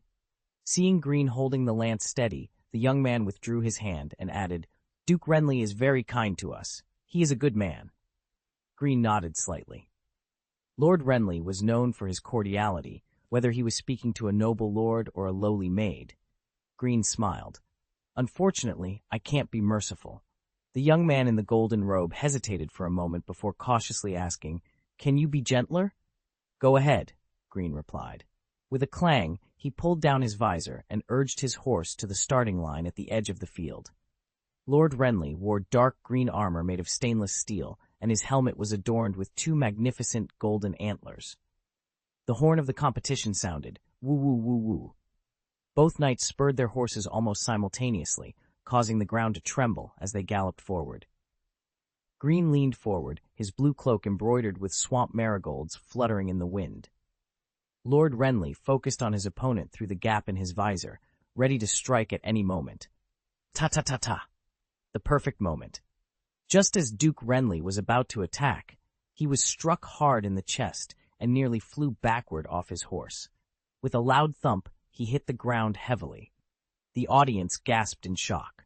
Greene removed his helmet, shook his hair, and prepared to circle the court to receive the audience's warm cheers. However, the crowd erupted in cheers for Lord Renly as he got up from the ground. King Robert's youngest brother was always popular with the people. Renly removed his helmet and gracefully bowed to the stands, causing the cheers to grow even louder. Earl Greene, the actual winner, was largely ignored. Feeling the wind direction, Greene spurred his horse and rode upwind near Lord Renly, raising a large cloud of dust. Cough, cough, cough. Lord Renly, who had been enjoying the cheers with his eyes closed, was caught off guard by the dust and couldn't stop coughing. Laughter erupted around the arena, with King Robert's voice being the loudest. In the royal stands, King Robert laughed heartily. He loved seeing his friends and family in embarrassing situations. He picked up his wine glass, took a sip, and exhaled happily. "Ned, this guy is pretty good," he said, putting down the wine glass with a bang. Renly, that idiot, didn't come out quickly when he lost, but stood there like a winner. As a result, he met a young man who didn't care. Duke Eddard glanced at Queen Cersei, who wore a proud smile. "This is what young people look like," he remarked. "Ha-ha! How wild we were at his age." "I remember John was worried all day long," King Robert reminisced. Lord Eddard smiled at the memory. Queen Cersei took a sip of summer red and sneered. If he liked recalling the past so much, she thought, he should try to reunite with old acquaintances as soon as possible. In the afternoon, Greene's lance first unseated a hired knight wearing a plaid cloak and then knocked the hound, Sandor Clegane, off his horse. Jaime Lannister's record was equally impressive. He easily defeated Sir Andar Royce and Lord Blaise Cullen of Dorne, and then engaged in a fierce battle with Sir Barristan Selmy for several rounds. Gregor Clegane, nicknamed the Mountain, the knight stood nearly 8 feet tall, with broad shoulders and arms as thick as small tree trunks. His mount seemed like a toy horse under his armored fee-et, and the lance in his hand resembled a broomstick. He defeated one opponent after another, and almost every person he unseated was seriously injured. The Knight of Flowers entered and exited the arena 3 times, first defeating 3 Kingsguards and then facing the younger of the Royce brothers. Despite the family's talisman, it could not withstand the bravery of the Knight of Flowers. Roba, dizzy and unable to move, was carried back to the camp on a stretcher. The hoofbeats of war horses rumbled as the jousting contest lasted all day, turning the tournament grounds into a dilapidated wasteland. By the end, only 4 competitors remained: Lord Greene Kleb, Sir Jaime Lannister, Sir Loras Tyrell, and Sir Gregor Clegane. With the moon high in the sky and the people exhausted, King Robert announced that the final 3 matches of the lance competition would be held the next morning, followed by team melee combat and archery competitions. Everyone then headed to the riverside for the tournament banquet. In the camp, 6 astonishingly large yaks were slowly turning on the barbecue spit, while the chef busily applied butter and spices until the meat was roasted to a crispy texture and overflowing with fat. A large dining table and benches were set up outside the tent, laden with beets, strawberries, and freshly baked bread. Minstrels sat in front of the king's tent, letting their beautiful music flow into the dusk. A juggler tossed flaming sticks in the air, and the king's jester, the Moon Boy, dressed in colorful clothes, danced on stilts and taunted everyone present, his clever tongue making everyone laugh. Sansa and Septa Mordane were seated to the left of the king and queen. When Prince Joffrey sat down on her right, Sansa felt her heart flutter like a deer. Joffrey's hair shone like real gold. He wore a dark blue doublet with 2 rows of golden lion heads embroidered on it, and a slender crown of gold and sapphires on his forehead. To Sansa, Joffrey appeared as heroic as the prince in the ballads, and she was completely captivated. With an elegant smile, Joffrey lowered his head and kissed the back of Sansa's hand. "Dear Lady Sansa, you are so charming," he said tenderly. Sansa's heart seemed to sing at Joffrey's praise. She pursed her lips and smiled, trying to appear serious and composed in front of him. Sansa and Joffrey talked about the tournament. Straightening her posture, Sansa asked, "Prince Joffrey, who do you think will be the champion tomorrow?" "My Uncle Jaime, of course," Joffrey replied confidently. "In a few years, when I can enter the tournament, I will defeat everyone. Miss Sansa, I will personally bring you the Queen's flower crown." Sansa felt herself falling completely in love with Joffrey. He looked at her and smiled, raising his hand to call a waiter to bring a pot of summer red wine. He poured a cup for Sansa himself. She didn't need to drink to be intoxicated by the magic of the night. She was already enchanted by the prince of her dreams. Meanwhile, delicacies were being served, including a thick barley venison soup, a beet salad sprinkled with nut shavings, a spinach and plum salad, and honey garlic poached snails. Sansa had never eaten snails before, so Joffrey taught her how to scoop the meat out of the shell and fed her the first sweet bite himself. Next came the roasted trout sealed in clay. Joffrey walked over, pried open the hard covering of clay himself, cut a piece from the part that only Queen Cersei deserved, and placed it on Sansa's plate with a smile. Joffrey combined all the courtesies and chatted with Sansa all night, making her laugh with his compliments and sharing trivial gossip. The Red Keep was filled with laughter as Sansa listened to the Moon Boy's jokes, forgetting all the etiquette she had learned. The night was truly wonderful. The next morning, Lord Eddard walked into the tournament venue with King Robert. He made his way through the crowd to sit next to his daughter, Sansa. Septa Mordane was feeling unwell, so Lord Eddard had agreed to accompany Sansa to watch the final battle of the jousting championship. Looking around, Lord Eddard noticed his youngest daughter was missing. "Where is Arya?" he asked. Sansa replied obediently, "Father, my sister has gone to Jon's side." At that moment, the horn of the competition blew, capturing Sansa's attention. The first match of the day was between Greene and Jaime. Jaime entered the arena first, saluting King Robert from a distance atop his blood-brown warhorse, which was covered in gold-plated ring armor. Jaime himself glittered with gold from head to toe, occasionally blowing kisses to the ladies in the stands. Greene and Jaime rode to the edge of the field and stopped their horses. As the horn sounded, the two horses began to run at full speed. With a loud crash, Jaime's blood-brown horse lost its rider and ran off to graze alone. Jaime, now covered in mud, rolled on the ground while Greene circled the field, accepting the crowd's cheers. Jaime got up, embarrassed, and left the arena. Sansa grabbed her father's hand excitedly. "Father, Lord Greene is so powerful." Duke Eddard felt pleased as he watched Greene ride around the field. He smiled and said, "He is very skilled and strong." Eddard had seen clearly that just as Jaime was about to thrust his lance, Greene's lance struck Jaime's chest first. Eddard thought of his eldest son, Robb, who was also very good with a lance. He believed Robb and Greene would get along well. "Father, who do you think will win the championship? Can the Knight of Flowers defeat Lord Greene?" Sansa asked. The trumpet sounded again, announcing the entrance of the next knight. Loras Tyrell, the Knight of Flowers, rode a beautiful gray mare, nimble and swift. Sir Gregor's great stallion neighed at the scent of Loras's horse. Loras flicked his feet, and the gray horse danced left and right before running towards the starting line. Sansa was relieved to see Loras handle his horse so well. She glanced worriedly at Sir Gregor, who was as tall as a mountain, and said, "Father, don't let Sir Gregor hurt the Knight of Flowers." Duke Eddard reassured her, "Don't worry, Sansa. They are using jousting lances. They will break into pieces upon impact, so no one will be hurt." He then looked at Sir Gregor, who struggled to control his mount, and frowned slightly. He had heard that when King's Landing fell, the 17-year-old Gregor had been with Duke Tywin.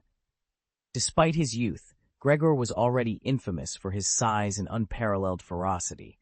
Rumors said that Gregor had smashed the infant Prince Aegon Targaryen to death against a wall, and later raped and killed Princess Aelia of Dorne. Lord Eddard did not remember speaking to Gregor, but Gregor had fought alongside him and thousands of other knights during Balon Greyjoy's rebellion. Eddard did not easily believe rumors, but those about Sir Gregor seemed credible. It was said that Gregor was about to marry for the third time, with horrific rumors surrounding the deaths of his first two wives. His castle was rumored to be an eerie place, with servants disappearing mysteriously and even dogs afraid to enter the hall. Additionally, his sister had died mysteriously when she was young, his brother had been injured by fire, and his father had died in a hunting accident. The horse screamed and neighed, stamping its feet and shaking its head.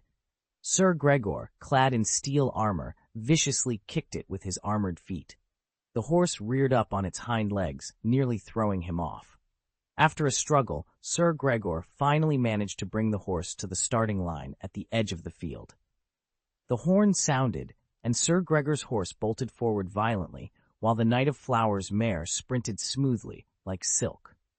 Sir Gregor twisted his shield to stabilize it, adjusted his spear, and tried desperately to make his unruly horse run in a straight line. Suddenly, the Knight of Flowers was upon him, his spear aimed perfectly. In the blink of an eye, Sir Gregor was unseated. His massive body pulled the horse down with him, and both man and beast rolled into a tangled heap of armor. The field erupted with cheers, whistles, gasps of horror, and excited murmurs. The Knight of Flowers reined in his horse across the field, his lance unbroken. When he lifted his mask and smiled, the sapphires adorning his armor sparkled in the sunlight, driving the spectators wild with admiration. In the middle of the field, Sir Gregor finally released the reins and stirrups, standing up in a fury. He ripped off his helmet and threw it to the ground, his face dark with anger. He roared at his attendant, "Bring me the sword!" The young attendant hurriedly ran forward, presenting the long sword to him. At that moment, the fallen horse also struggled to its feet. Sir Gregor slashed at his mount with such force that he nearly decapitated it.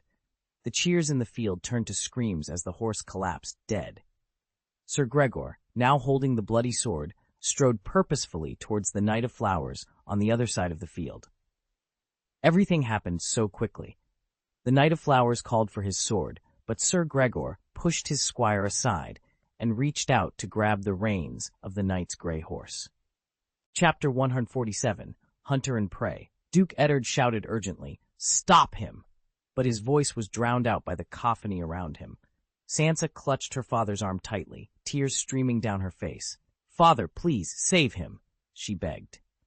Magic Mountain gripped his sword with both hands and swung it hard at the Flower Knight's chest. With a resounding crash, Sir Loras was thrown from his saddle and hit the ground heavily. His frightened gray horse bolted, and the dazed knight struggled to rise. Magic Mountain's sword traced a deadly arc. With a sickening splash, blood spurted out, and the Knight of Flowers' body and head were separated. For a moment, time seemed to freeze. Everyone's eyes were fixed on the scene of the tragedy, unable to believe what they had just witnessed. A familiar melody from his past life echoed in Greene's mind, and his brown eyes flickered slightly. The hound, who had tried to stop the mountain's evil deed, collapsed after a few steps due to a leg injury. Renly, in a fit of madness, leaped from the high stands and rolled on the ground several times. Knights of the Golden Rose and soldiers in green robes swarmed into the tournament field. Chaos reigned as many people lost their sanity together. The tall figure of Magic Mountain vanished into the dense crowd, his fate unknown. Peter stood next to Greene, observing the chaotic scene with a leisurely air.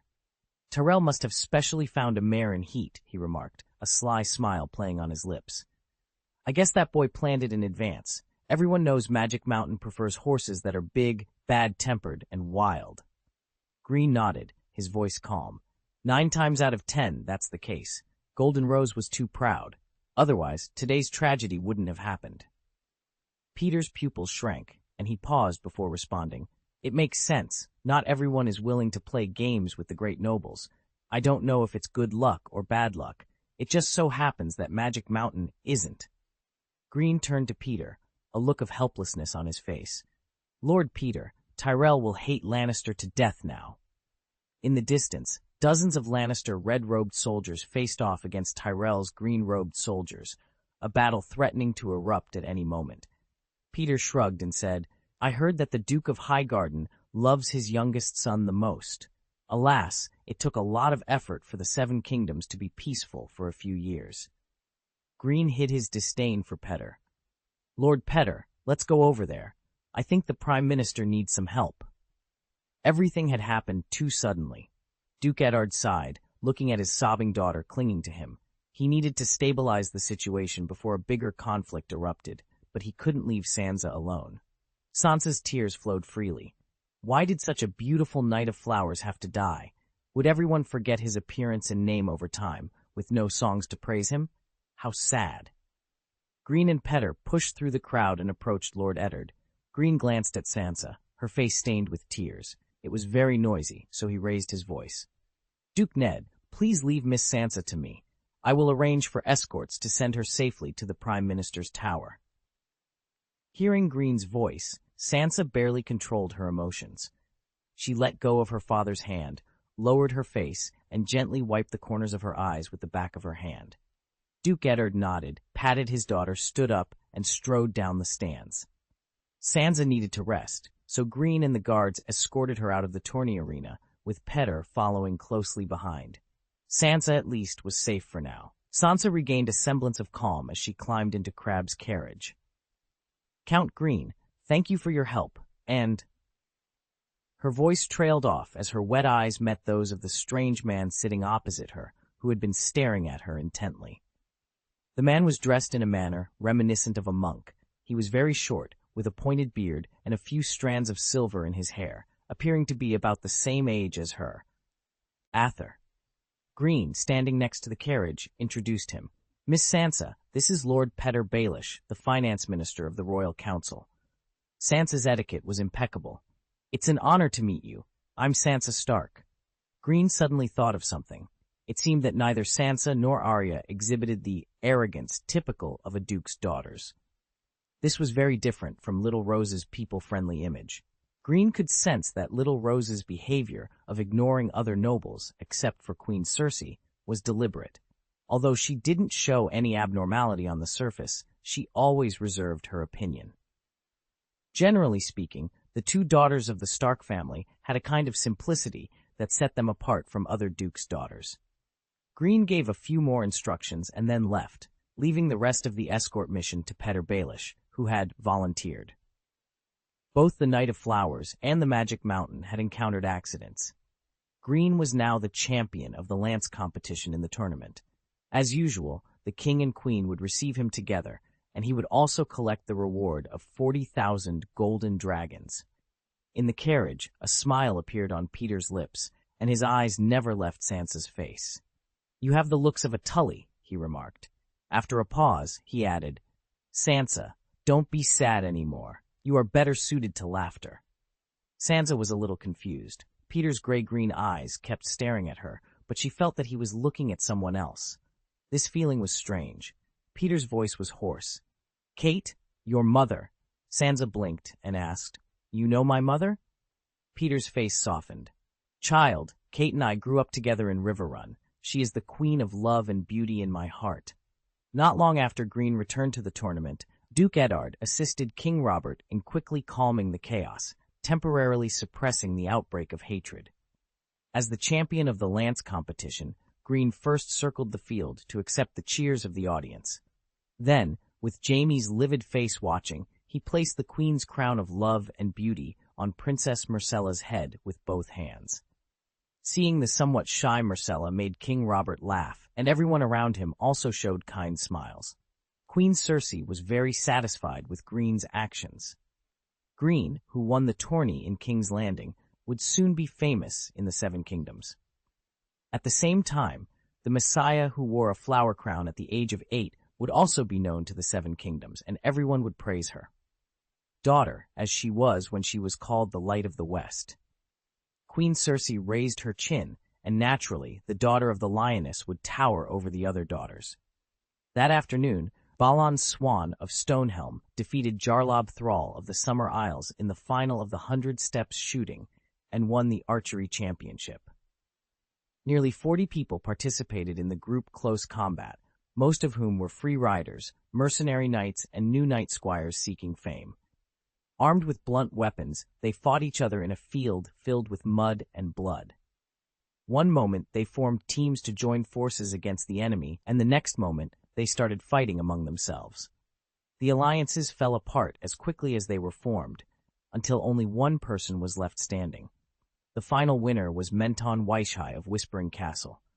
They fought for nearly 3 hours, and the recorder's final list of casualties included 2 broken legs, a broken collarbone, a dozen smashed fingers, 2 horses that had to be put down, and more cuts, sprains, and scrapes than could be counted. Robert had told him that the blood in his body was about to get out of control, so he led a group of people out of the tourney. It was said that someone saw a white deer deep in the forest, and Robert promised to hunt it with his own hands. On the way back, Lord Eddard sighed secretly. He thought that hunting would always be more attractive to Robert than the government affairs of the kingdom. Duke Eddard knew in his heart that hatred of the Tyrells was only temporarily suppressed by him and Robert. He hoped they would not cause trouble before he had finished handling the affairs at hand.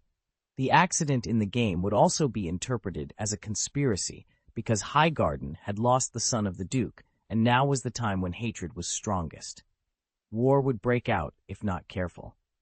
If a war really broke out, Duke Eddard shook his head.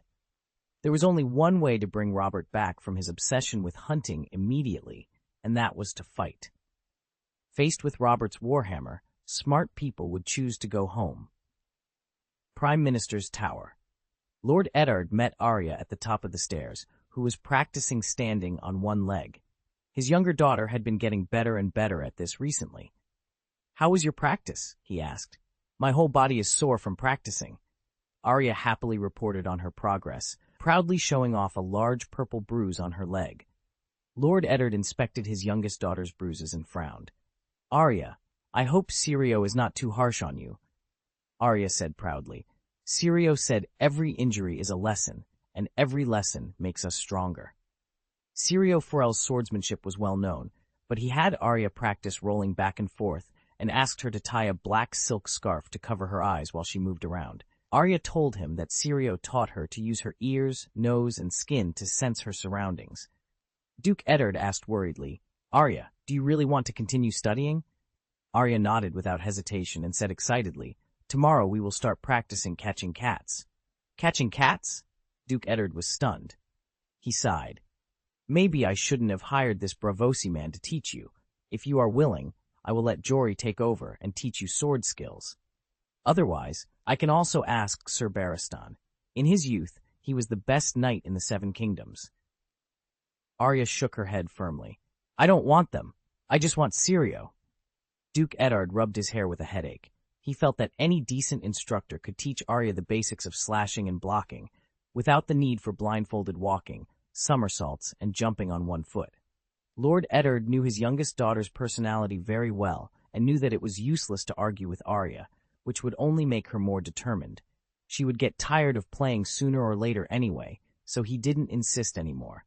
"Then let's stick with Syrio," Duke Eddard added. "But you must be careful not to hurt yourself." Arya assured her father seriously, "I will." After saying that, she jumped from her right foot to her left foot smoothly. The second son liked to climb walls, and the youngest daughter liked to climb spiral staircases, probably for a while. Prime Minister's tower at night. Petter stepped onto the stairs, the corners of his lips curling into a mocking smile. "Earl Greene, it seems that our Prime Minister is very troubled." With a crash, Petter suddenly heard the sound of a sword being drawn. He stopped and turned his head stiffly to look at Greene, a drop of cold sweat sliding down his forehead. Greene's sword was pressed against Petter's back, and he didn't dare to make any unnecessary moves. Greene took the initiative to explain, "Lord Petter, the matter between you and Lady Lysa has been found out by the Prime Minister, and sufficient evidence has been obtained." Petter's pupils tightened, and he smiled. "Earl Greene, you should know that many people don't like me. Sometimes the so-called evidence is not reliable. That's just," Greene interrupted, "eight-clawed spider." A thin stream of cold sweat trickled down Petter's back, but he maintained a calm expression. After a brief pause, he said, "The intelligence chief's information is notoriously unreliable. Everyone knows this, don't they, Earl Greene?" Greene shook his head. "Lord Petter, you don't need to explain this to me. As your friend, I'm reminding you because the evidence is conclusive and irrefutable." Petter's eyes flickered, and his smile became strained. "It seems I'm fortunate to have friends who choose to help me." Greene sheathed his sword and lowered his voice. "Earl Petter, I believe you were coerced into assisting. The real murderer is actually Lysa Tully." Petter remained silent, his expression unreadable. Greene placed a firm hand on Petter's shoulder. "As long as the Prime Minister believes this, I will ensure you leave King's Landing safely." Petter sneered. "And become a fugitive?" Greene's eyebrows arched slightly. "Earl Petter, the Vale is your home." Peter glanced at Greene, hesitated, and asked, "Will you send me to the Vale?" Greene withdrew his hand and rested it on the hilt of his sword. "The affectionate Lady Lysa will undoubtedly welcome you. The young Duke also needs your assistance, and there is no safer place than the Eyrie and the Bloody Gate."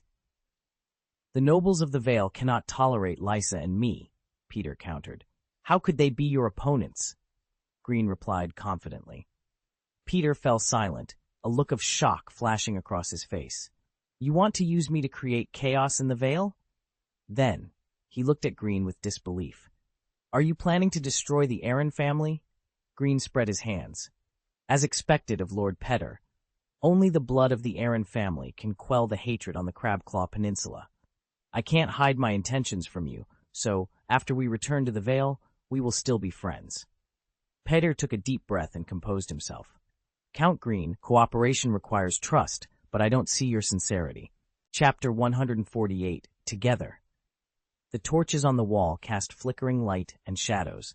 The sound of footsteps echoed through the corridor as Greene ascended the 2 stairs, then turned around to look down at Petter. "Lord Petter, it seems you haven't grasped the situation yet. The evidence of your crimes is irrefutable," Greene said calmly. "If you try to escape, I can execute you on the spot." Petter's heart skipped a beat at Greene's words. His face turned gloomy. He had worked tirelessly, climbing from the Five Fingers Peninsula to the position of Chancellor. With a few more strategic moves, he would have gained the trust of Running Wolf. His meticulously planned ascent to power was on the verge of success. If he succeeded, he would wield greater power and enjoy a higher status. But now, years of hard work seemed poised to go up in smoke. Peter suddenly smiled, a bitter and ironic expression crossing his face. Greene's eyes softened, and his voice took on a gentle, comforting tone. "Lord Petter," Greene began, Sometimes the outcome of a power game can be decided in the blink of an eye. The winner need not be proud, and the loser need not be too disappointed. Once you enter the chessboard of power, whether you are a player or a piece, as long as there is no danger, life is just the first round.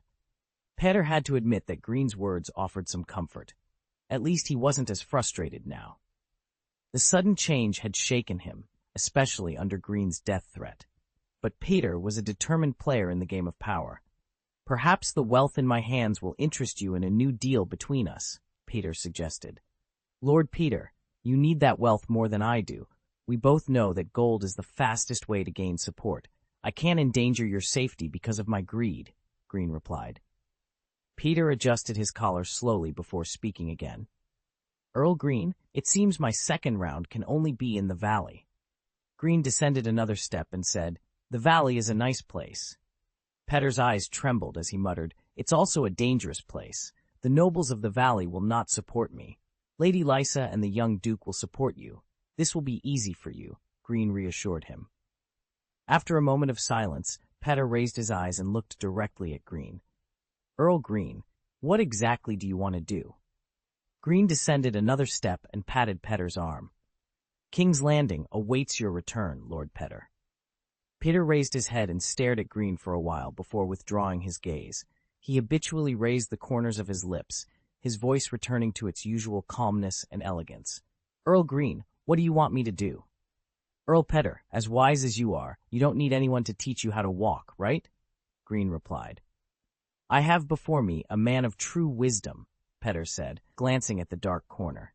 "It's just luck. Running wolf. Luck. Friend, wait." The footsteps faded away, and their voices gradually became fainter. In the Prime Minister's study, Varys was explaining to a furious Lord Eddard. He spoke much faster than usual. "Your Majesty, Prime Minister, my little birds can only listen and see. They can't wield swords. How dare I speak out without someone to protect me? You should also know that the Earl of Tyre can bribe anyone if he wishes, including my most trusted waiter or my most trusted chef. What else can I do besides trembling?" Varys showed a very frightened look. "After accidentally getting this information, I can't help but wonder if the people around me will harm me. Do you know what I am most afraid of before going to bed every night? I'm worried I will never wake up." Duke Eddard frowned and said solemnly, "Varys, if you had not chosen to hide it, Prime Minister Jon might not have died." Varys opened his eyes wide.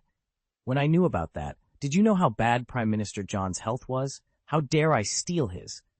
As he spoke, he quickly stopped, paused, and then said, "Your Majesty, Prime Minister, I have to at least wait until his health gets better, right? How could I dare to irritate the old Duke at that time? I love him as much as everyone else. Why is the truth so cruel?" Duke Ed closed his eyes in pain. His wife's sister, Lysa Tully, was a lively and beautiful girl in his memory. Can time really make a person become so vicious? Duke Ed opened his eyes and said tiredly, "Varys, do you know the reason?" Varys shook his head and said, "Prime Minister Ed, you should also have heard that Lady Lysa had 5 miscarriages after marrying the old Duke before she had her current little son. Since then, she always had hallucinations that someone was trying to harm her child. It's a very scary thing." He sighed and continued, "It is said that many people have heard that the old Duke seems to be planning to send his young son to Dragonstone Island to be raised by Lord Stannis. Therefore, many people have heard that the couple quarreled a lot."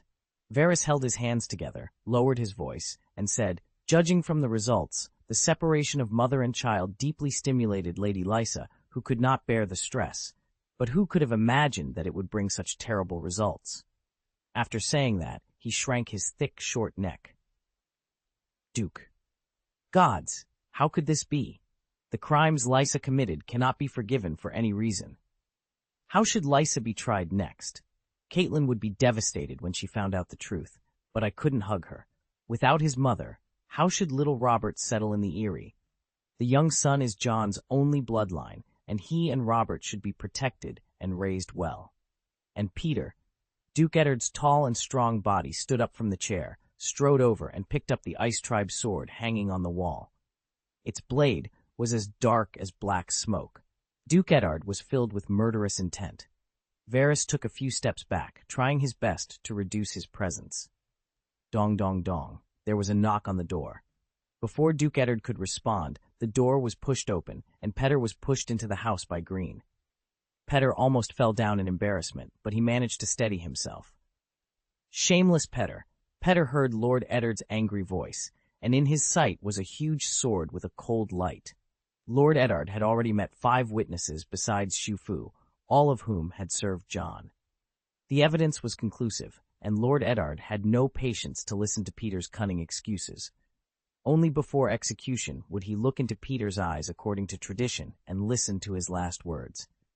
This was his only chance to speak. But this is not Winterfell. This is King's Landing. This is King Robert's Red Keep, and he is King Robert's Lord Chancellor. The person in front of him is King Robert's Lord Chancellor, and he cannot execute him privately. Varys's eyes moved. He took 2 steps forward and said regretfully, "Petter, it's really unbelievable. How could you do such a thing? The old Duke had the most trust in you, but you used the most shameless means to betray him." Sigh. He seemed unable to speak anymore, shaking his head and sighing again. When Varys spoke, Petter lowered his head and made no other move, but he almost gritted his teeth.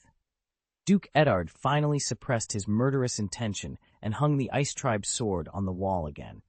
He was worried that if he kept holding the sword, he would be tempted to kill Petter on the spot. Duke Eddard said coldly, "Petter, what poison did you give Prime Minister Jon?" Petter was shocked, and he quickly denied.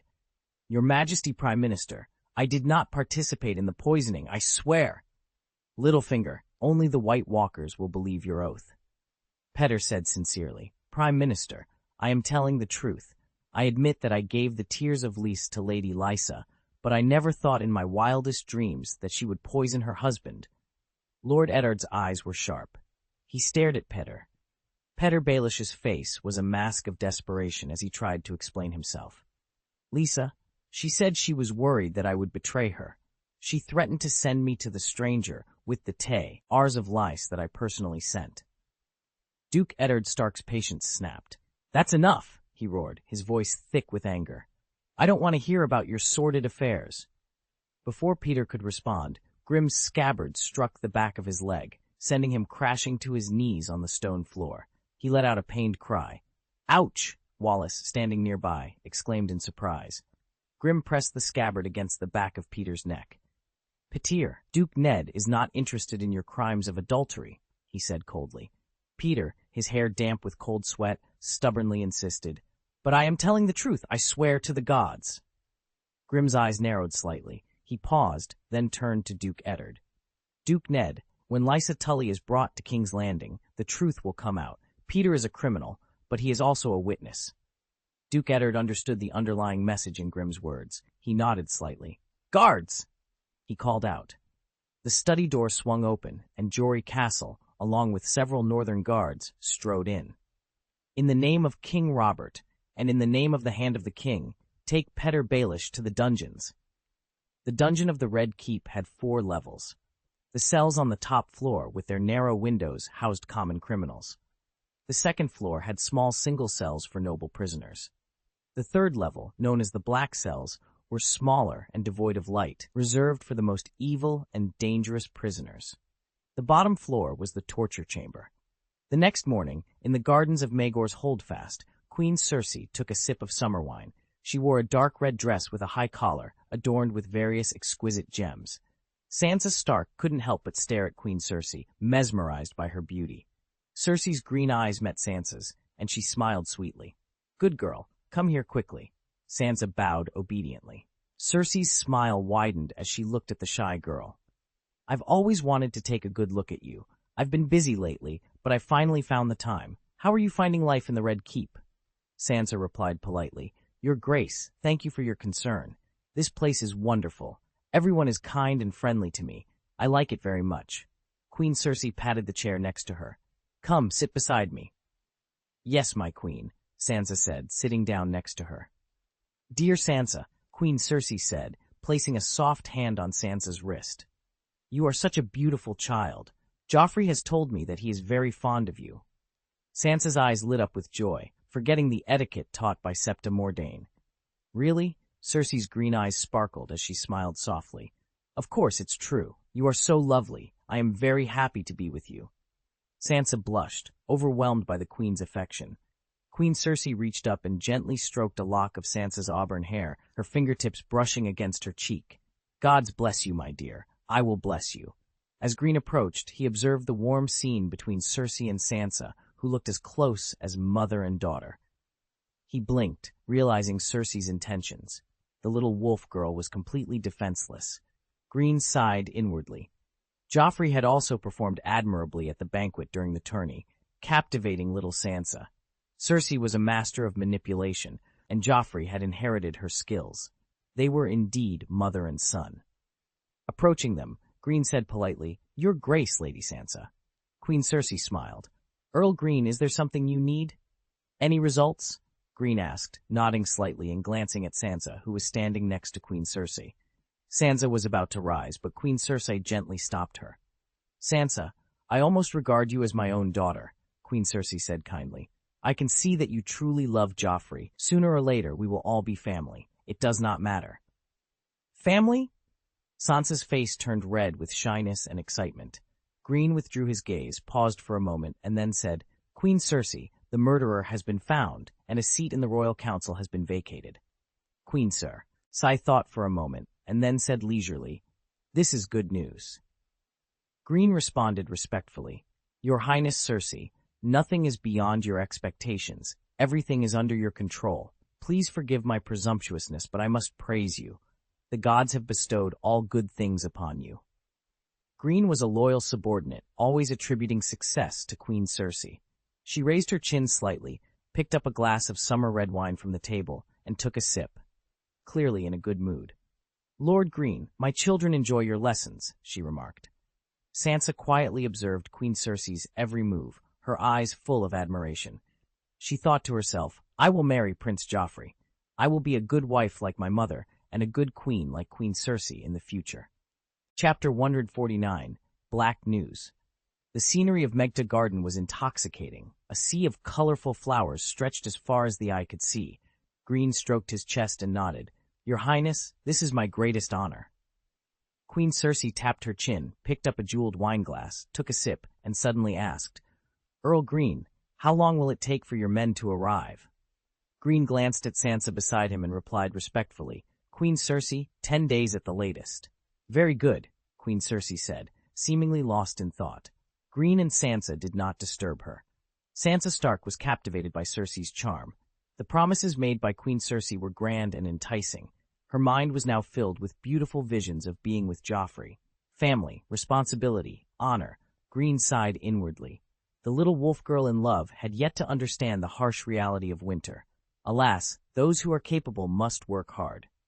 Queen Cersei's beautiful eyes looked elsewhere, a gentle smile on her face. "Dear Sansa, look, your prince has come to fetch you." Not far away, Joffrey was holding a beautiful white horse and waving in their direction. Sansa stood up with a look of joy on her face, then said shyly, "Your Highness, I."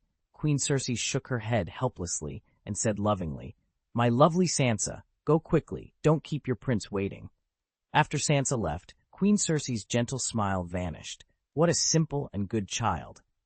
Greene smiled and said, "Queen Cersei, what's important is that you like her. Sit down." Queen Cersei indicated the chair where Sansa had been sitting. Greene was momentarily stunned. He nodded in thanks, moved the chair a bit further away, and then sat down. Cersei's lips curled up slightly, her green eyes fixed on Greene, who was sitting upright. "Earl Greene, can your soldiers deal with the gold cloaks?" Greene's eyes shifted, and he replied respectfully, "Your Highness, it mainly depends on where the battle will be fought. If it is outside the city, 2,000 Kleber blue cloaks are enough to defeat all the gold cloaks in King's Landing." He paused before continuing. "It would be different if we were in the city. Almost everyone in the gold cloaks is equipped with chain armor, breastplates, and helmets, making them well equipped. The narrow spaces in the city make it difficult for Kleb soldiers to use their advantages. The best result would be a narrow victory, but the casualties would be high, and the few remaining men might not be able to continue to serve you." "Armor?" Cersei paused, then said, "What if your soldiers had enough armor?" Greene replied without hesitation. If the gold cloaks dare to offend you, my soldiers will kill them all. With equal equipment, 1 blue cloak can defeat 10 gold cloaks. There is no doubt about this. Queen Cersei stood up and paced for a while. I will send someone to talk to Lord Janos, the commander-in-chief of the gold cloaks. It's time for the gold cloaks to replace their old equipment. Has Count Janos been bribed, or is he planning to be bribed? This is not important. The acquisition of gold cloak equipment is the crucial point. Count Janos is probably going to get rich, and so is Greene. Greene's eyes lit up. Your Highness, your wisdom is amazing. When the time comes, the cowardly gold cloaks will have no choice but to surrender to you. No one in the kingdom can disobey your order.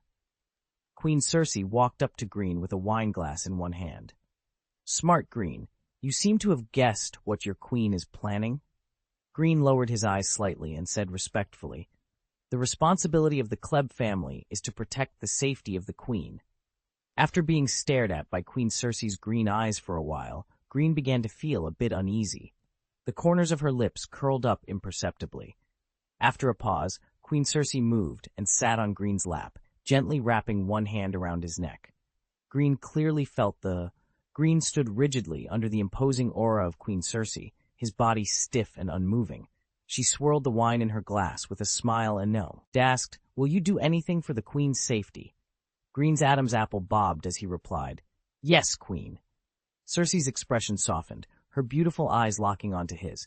Does that person have any identity? Greene's pupils narrowed as he gazed at her face, mere inches away. His voice trembled with suppressed excitement. Yes, Queen, loyal and fearless. Very good. Queen Cersei raised her glass, taking a sip of summer red. Greene, your queen is very satisfied with your answer. How should I reward you? Greene's voice was respectful, though it carried a hint of nervousness. Your Highness Cersei, your trust is the greatest reward. His eyes shifted slightly as he continued. A warrior only needs a glass of wine.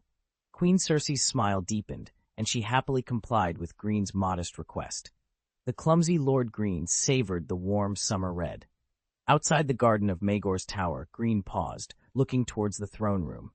The first step was to use Lancel and spirits to create an accident for the drunken King Robert. If Robert survived, he would face an ambush from Jaime and the Lannister guards. Should the king escape again, Greene was the final contingency, ready to incite a mutiny. Queen Cersei had informed Greene that in a few days she would take her children to the hunting grounds to join King Robert. Greene's eyes trembled slightly at the thought. Joffrey's charm had ensnared Sansa completely. Under the guise of a hunting trip, Cersei and Joffrey would take Sansa, potentially using her as a hostage to control the Starks. The plan was meticulous, but if anything went awry, the ever-watchful Varys might intervene, ensuring King Robert's demise. At that point, Earl Greene, commanding 2,000 blue-cloaked soldiers in King's Landing, would be the only variable. Greene recalled every detail of his previous encounter with Queen Cersei.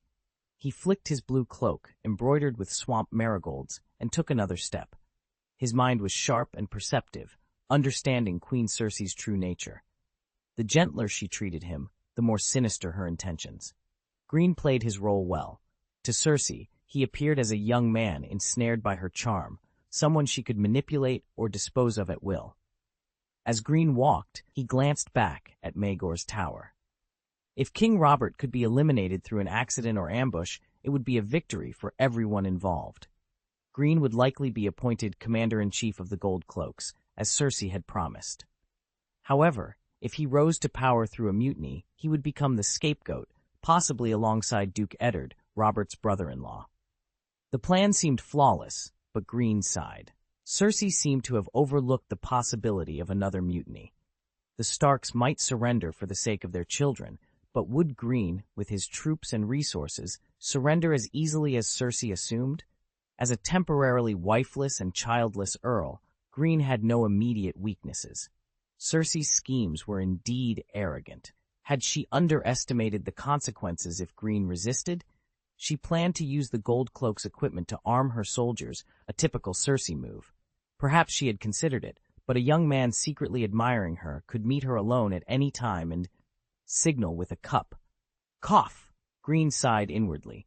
Cersei was fortunate, and this was the Game of Thrones. He wasn't angry, just contemplative. He thought again of Duke Eddard, who had accepted his fate. Rubbing his temples, Greene felt the weight of the impending chaos. Maybe he could walk more slowly and more steadily. Near the government office pavilion, Greene didn't have to wait long before Varys approached with light steps. Varys clasped his hands and greeted, "Good day, Earl Greene." In public, Varys's behavior was often exaggerated, his emotions fluctuating wildly, and he seemed easily frightened. However, in private meetings with Greene, he always appeared affable. Greene knew this was all part of Varys's deliberate camouflage. His apparent harmlessness was one of the reasons he maintained a firm seat on the royal council in the Red Keep. Previously, Varys had extended an invitation to form an alliance, Chapter 124, and after a period of thoughtful consideration, Greene cautiously accepted.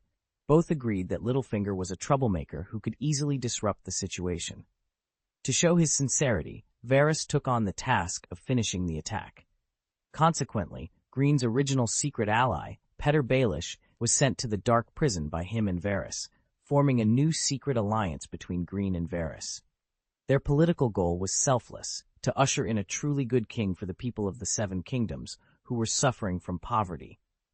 Their candidate for the new king was Viserys Targaryen, the legal heir to the Iron Throne, who understood the people's sufferings. After discussing with Varys, Lord Greene felt a sense of sublimation. On the surface, they joined hands to welcome back the new king, Viserys. As for Varys's real purpose, it wasn't important because they only needed each other temporarily. It was a matter of who would use the other first to achieve their own goals. Greene nodded slightly towards Varys and said, "Good day, Lord Varys." Varys, with a smile on his round face, said, "My little birdie just brought some amazing news." Greene's eyes moved slightly. "Is it Tyrell?" "It's not just Tyrell," Varys began. "The Mountain, who killed the Knight of Flowers in the tourney yesterday, fell into a pool of blood when surrounded by Renly and Tyrell's guards. He survived under the treatment of Grand Maester Pycelle. When the news came out, Sir Garland, the second son of the Duke of Metz, and Duke Renly, with red eyes, killed him with their guards." Varys sighed. "The Mountain is truly terrifying. More than a dozen people were killed and injured on both sides. The Mountain even broke off Garland Tyrell's right arm before he died." "Can it be cured?" Greene asked. Varys shook his head. "The Duke of Highgarden's eldest son was left lame in one leg after his first tourney, and now his second son has lost an arm. Additionally, 3 sons died in this tourney." "Alas!" Greene raised his eyebrows. "It seems there is some good news?" Varys sighed again. "What an unnecessary disaster. The little Lannister devil, who had just returned from the women's branch, got involved in this conflict.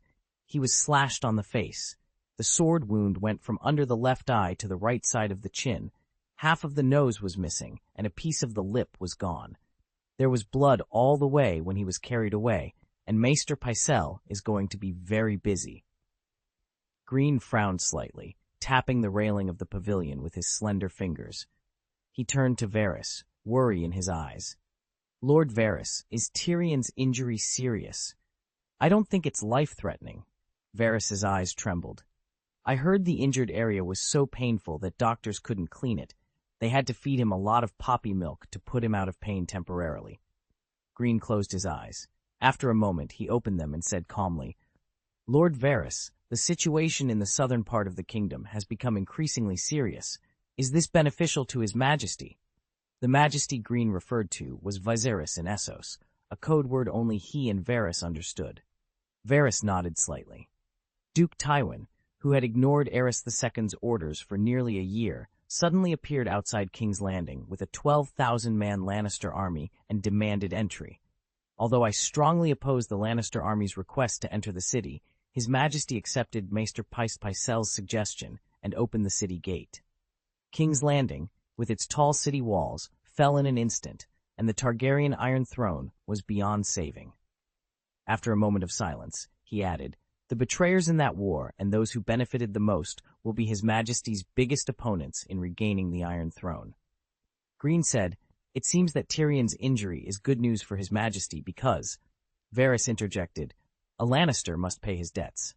He smiled and added, "It's really an embarrassing principle of doing things." Prime Minister's tower.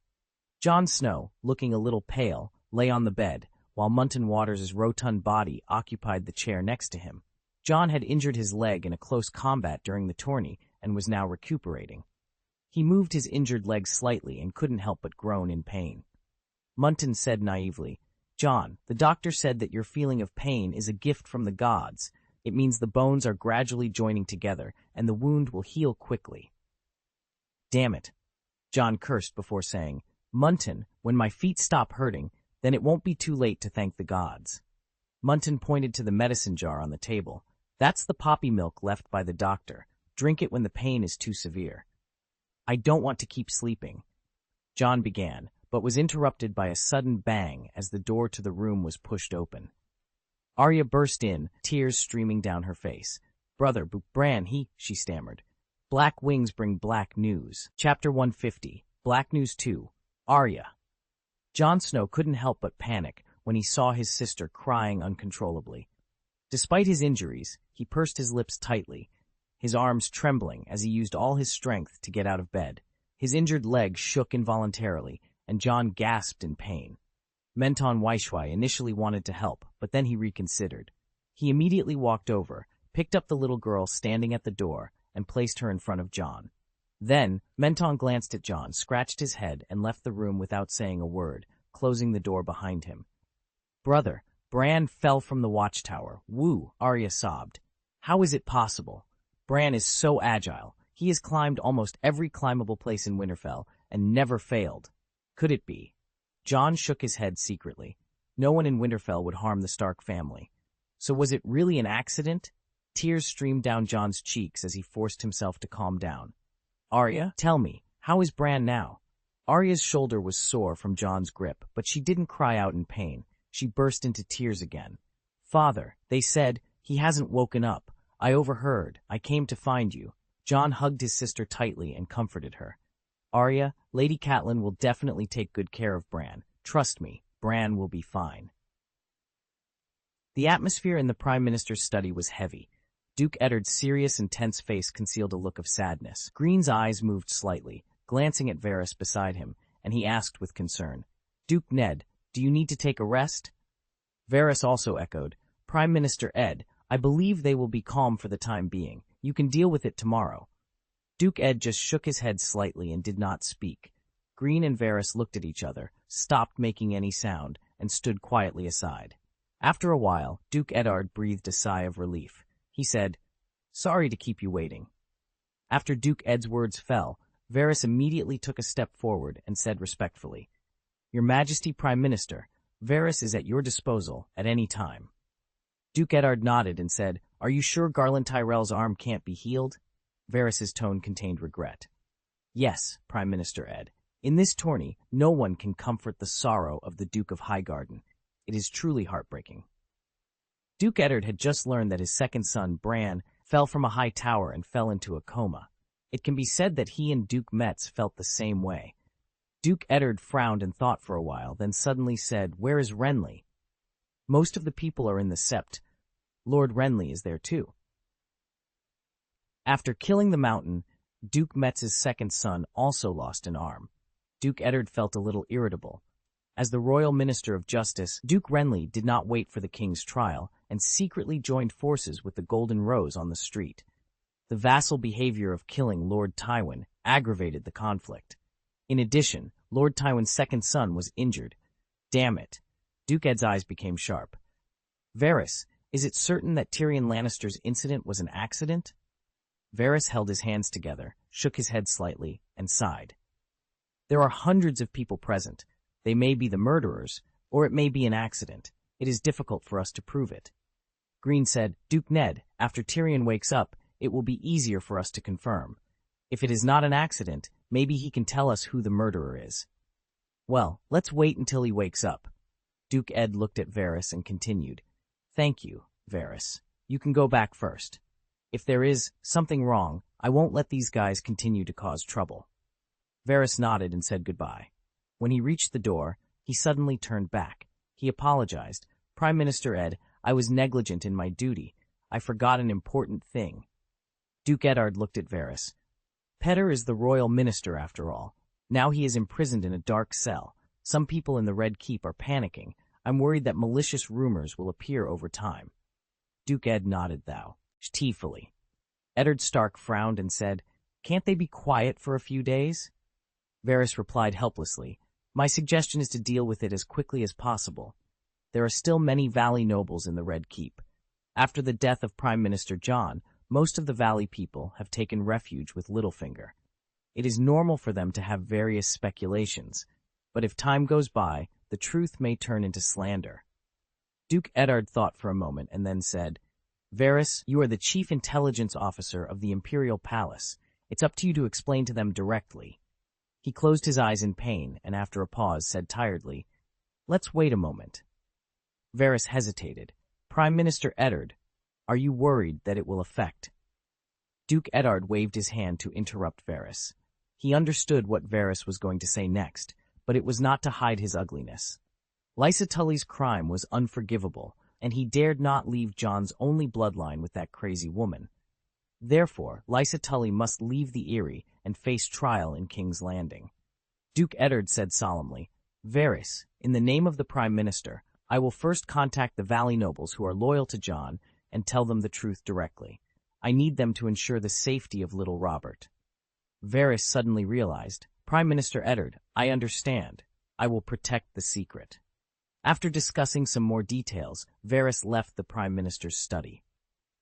Greene picked up the flagon and poured a glass of wine for Duke Eddard. "Duke Ned, I didn't expect so many things to happen recently. Everyone has arrived together." Duke Eddard took the wine glass, leaned his broad back on the chair, put his big feet on the table, and cursed in a low voice, "God damn it!" Greene smiled, poured himself a glass of wine, and took a sip. "Lord Ned, Tyrion's injury is not a small matter. You should know the Lannister style better than I do, or rather, Lord Tywin's style." Duke Eddard frowned for a while and said, "Greene, who do you think he will take revenge on?" Greene spread his hands. "Although Lord Renly was also present at the time, I think their target of revenge is Highgarden. The Mountain is the Lannisters' hound. The hound that caused the trouble is dead, but Lord Tywin's son almost lost his life. That's reason enough." He added, "Lord Ned, please forgive me, but sometimes it is difficult to reason with the Lannisters." After Greene left, Duke Eddard took out the book, The Genealogy and History of the Main Nobles of the Seven Kingdoms, and flipped through it casually.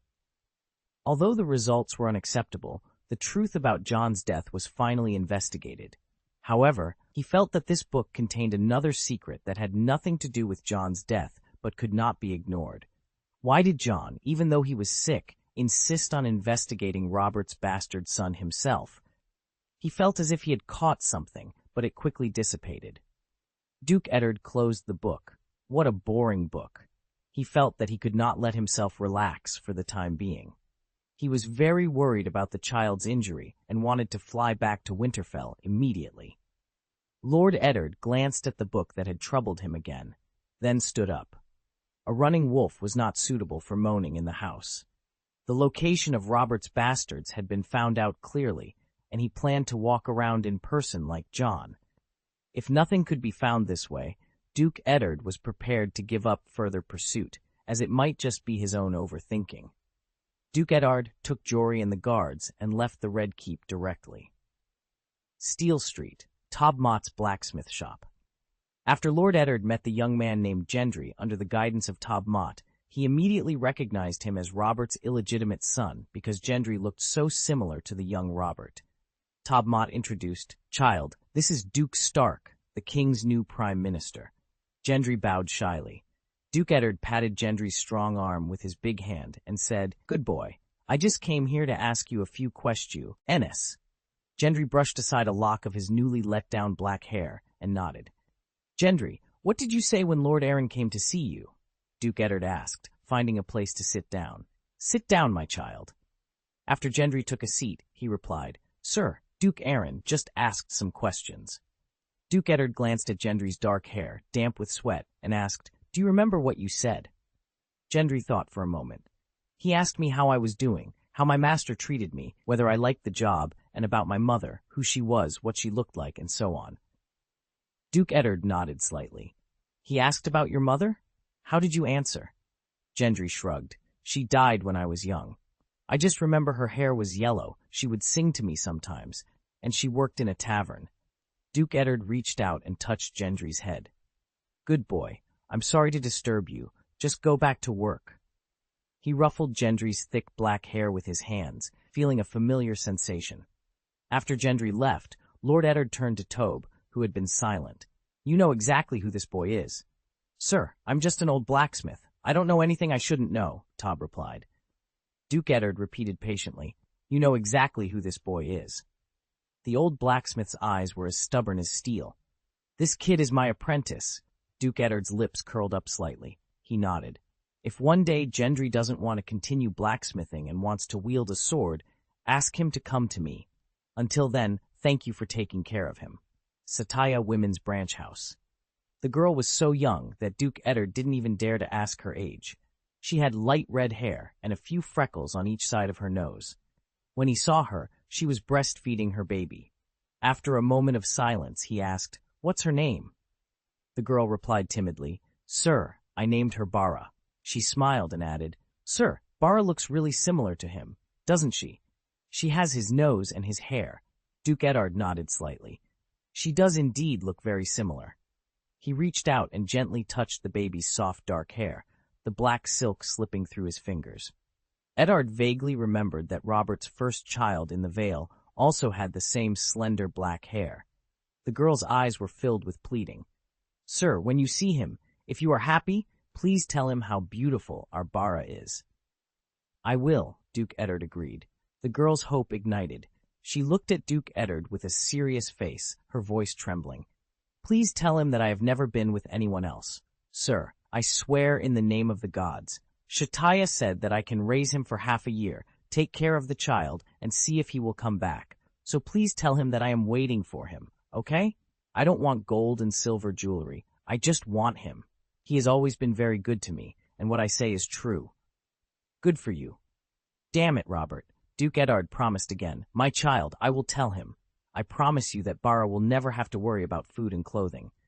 The girl smiled cautiously, but it was very sweet, and it made his heart ache. Damn it, Robert. Prime Minister's Tower. Here, Syrio Forel threw a wooden sword towards Arya, whose eyes were red and swollen. Seeing Arya easily grab the handle of the sword, he grinned. Sad girl. Arya wiped the corners of her eyes with the back of her hand and said weakly, Syrio, I'm not in the mood to practice today. On guard, Syrio shouted, swinging at Arya's head. Arya quickly raised her sword to block, and with a click, the two wooden swords intersected. Then you have to practice even more. Come on! Syrio's wooden sword whizzed out. Arya's sword rushed towards him, and there was another click. Her whole hand was numb with pain, but she gritted her teeth and didn't make a sound. You don't get sad when you practice swordplay, girl, Syrio said firmly. Arya's anger flared. She wanted to teach Syrio a lesson, and she intended to use the wooden sword in her hand to do it. Your momentum is good. I'm going to attack, Syrio announced. As his words fell, he advanced step by step, his sword swings growing faster and faster. Arya kept retreating, finding it increasingly difficult to block his strikes. Left, left, up, left, down, left! Syrio's commands echoed through the house. Suddenly, a sharp clicking sound filled the air. Ouch! Arya cried out as Syrio's wooden sword struck her chest. The pain was so intense that she couldn't help but scream. Syrio withdrew his sword and stepped back, saying, You are already dead. Arya, still reeling from the pain, was furious. You lied. You clearly said left, but you hit me on the right side, she protested angrily. Syrio elegantly placed the wooden sword at his waist. That's it. From now on, you will be a dead girl, he said with a grin. Arya made a face. But you lied, she insisted. Syrio's grin widened. Dead girl, my mouth may deceive, but my eyes and hands tell the truth. It's just that you turn a blind eye. A water dancer must be able to see through deception. Chapter 151, Black News 3 Red Keep, Maester's Tower. With a smile on his face, Maester Pycelle said respectfully, Lord Greene, the old Maester is at your disposal. Greene smiled and replied, Grand Maester Pycelle, you must have been very busy these days. Pycelle's expression turned worried. There are many seriously injured people, so I can only do my best. Oh, gods bless you. Greene raised an eyebrow. Do you mean there is still a possibility of the deceased? Pycelle sighed deeply. The main reason is that the injuries are too severe. No one can guarantee that they will all wake up. It's okay if they do, but if they don't, they may never wake up. We can only pray to the gods for mercy. After speaking, Pycelle shook his head regretfully. Greene's brown eyes narrowed as he stared at Pycelle for a moment. Grand Maester, it seems that the injured who may never wake up include Tyrion Lannister. Pycelle's body stiffened at Greene's words. A hesitant look crossed his face, and he tentatively asked, Lord Greene, what do you mean? What an old fox, Greene thought. He took a few steps closer to Pycelle and grabbed his shoulder. Pycelle staggered a few steps before Greene pushed him down into a chair. Maester Pycelle, you are not being candid enough, Greene said, pointing to the quill and parchment. It's only been a few days and you're already up to no good again? Come on. Greene picked up a blank piece of parchment and placed it in front of Pycelle. Write everything down. If there is any concealment or dishonesty, you know the consequences, Grand Maester Pycelle. Master Greene, Pycelle glanced at Greene, who was looking down at him, and couldn't speak any further. His age-spotted hand trembled as he picked up the quill.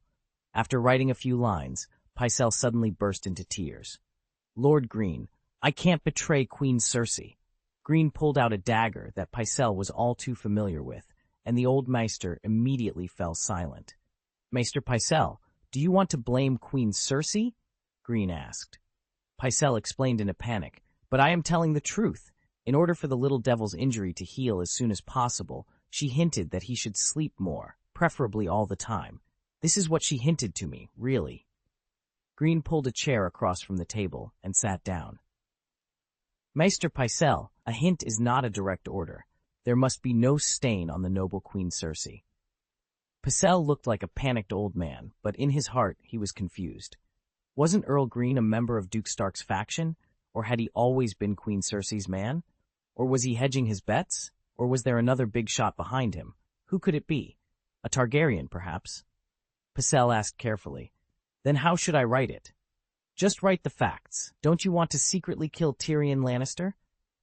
I am a doctor. If I am not forced by others, I have no reason to do harmful things. Ah. A cold light flashed, and half of Pycelle's white beard was cut off by Greene's dagger. Don't test my patience, Greene warned, frowning as he smelled the stench of urine. Maester Pycelle, do you know how to write now? Maester Pycelle felt desperate. He could feel the young man in front of him had murderous intentions. He thought of the evidence he was forced to unload that night and Prime Minister Stark. Pycelle realized in despair that Greene was not afraid of killing him. As long as he could live, one day. Pycelle choked up and said, Lord Greene, I will be your loyal servant from now on. Please forgive my ignorance. I will write it now. Pycelle wiped his tears from time to time as he wrote, looking very pitiful. Greene touched the handle of his sword, and Maester Pycelle's pitiful posture disappeared immediately. Lord Greene, I have written it. Rewrite, Greene commanded. Remember, you and Tyrion have no grudges. Lord Greene, I have written it. Rewrite it. How dare you slander Sir Jaime? Rewrite, rewrite, rewrite. Master Greene, please give some guidance to this our servant, Maester Pycelle pleaded, his voice trembling. Greene tapped the table with his slender fingers and said, Maester Pycelle, you should know very well that Duke Tywin does not favor his dwarf second son, correct? Greene finally showed a look of satisfaction, and Maester Pycelle exhaled in relief. He felt that if he couldn't write well this time, he would have to explain it here. Fortunately, he finally saved his life. Greene collected the parchment written by Pycelle and said, Pycelle, you are tired. This is good. You have one more path. Pycelle tried his best to smile and expressed his gratitude respectfully. Greene shook the rolled parchment in his hand and said, Don't worry, this is a secret between the two of us. The Prime Minister is not interested in this kind of thing. Pycelle was stunned. He hurriedly stood up and knelt in front of Greene, crying, Lord Greene, I don't want to put on black clothes. I don't want to go to the Great Wall. Please help me. Lord Greene did not seem to mind the strong smell of urine on Pycelle. He stood up and helped Pycelle up personally. After all, you still have to remain loyal to the Lannisters. It will be difficult for you to go against Queen Cersei's wishes. After a pause, Greene added, We are our own people. I will not send you to the bitterly cold Great Wall. You can just sit at the Imperial Council seat with peace of mind." A bright light flashed through Pycelle's cloudy eyes, and he burst into tears. "Thank you, Lord Greene. Pycelle will always be at your disposal." Greene nodded slightly and said, "There is one more thing."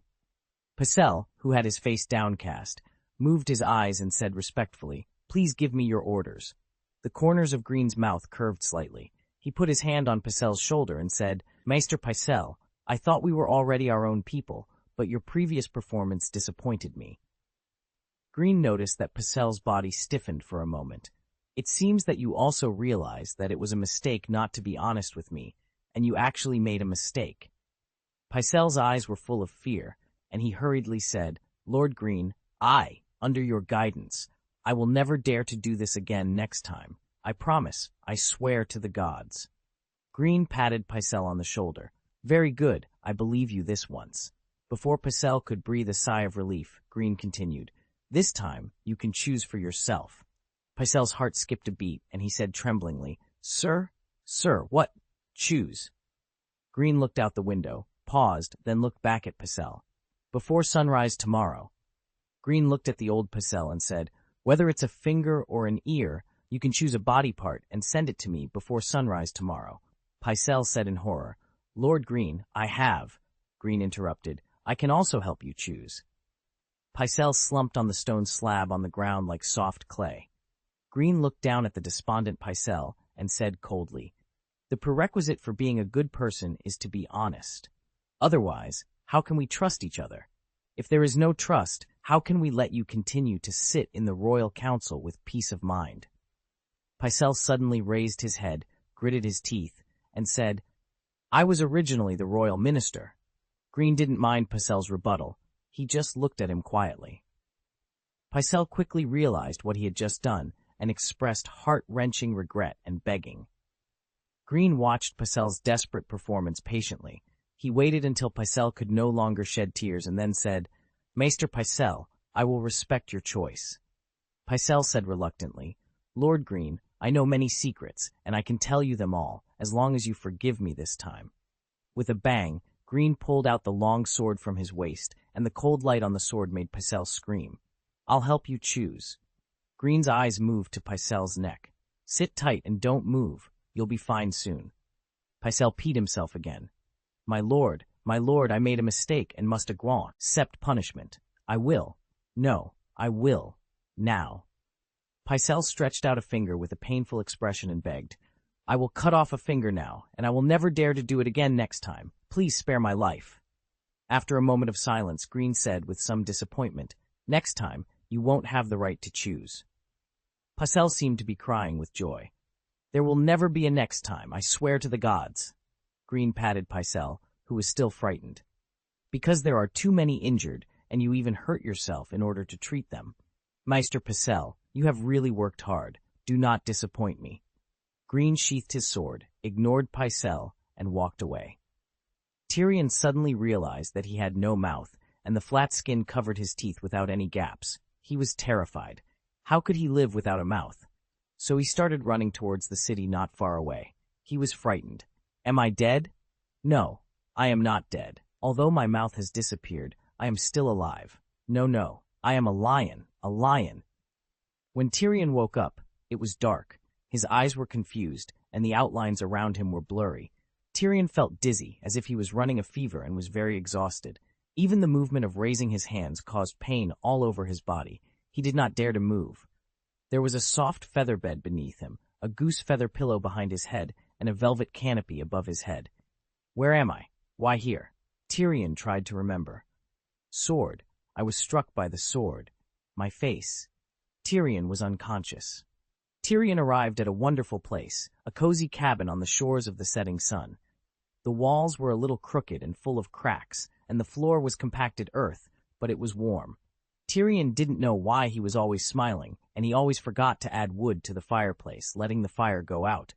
Every time the fire in the fireplace went out, the blurry-faced girl teased him about it. Her voice was clear.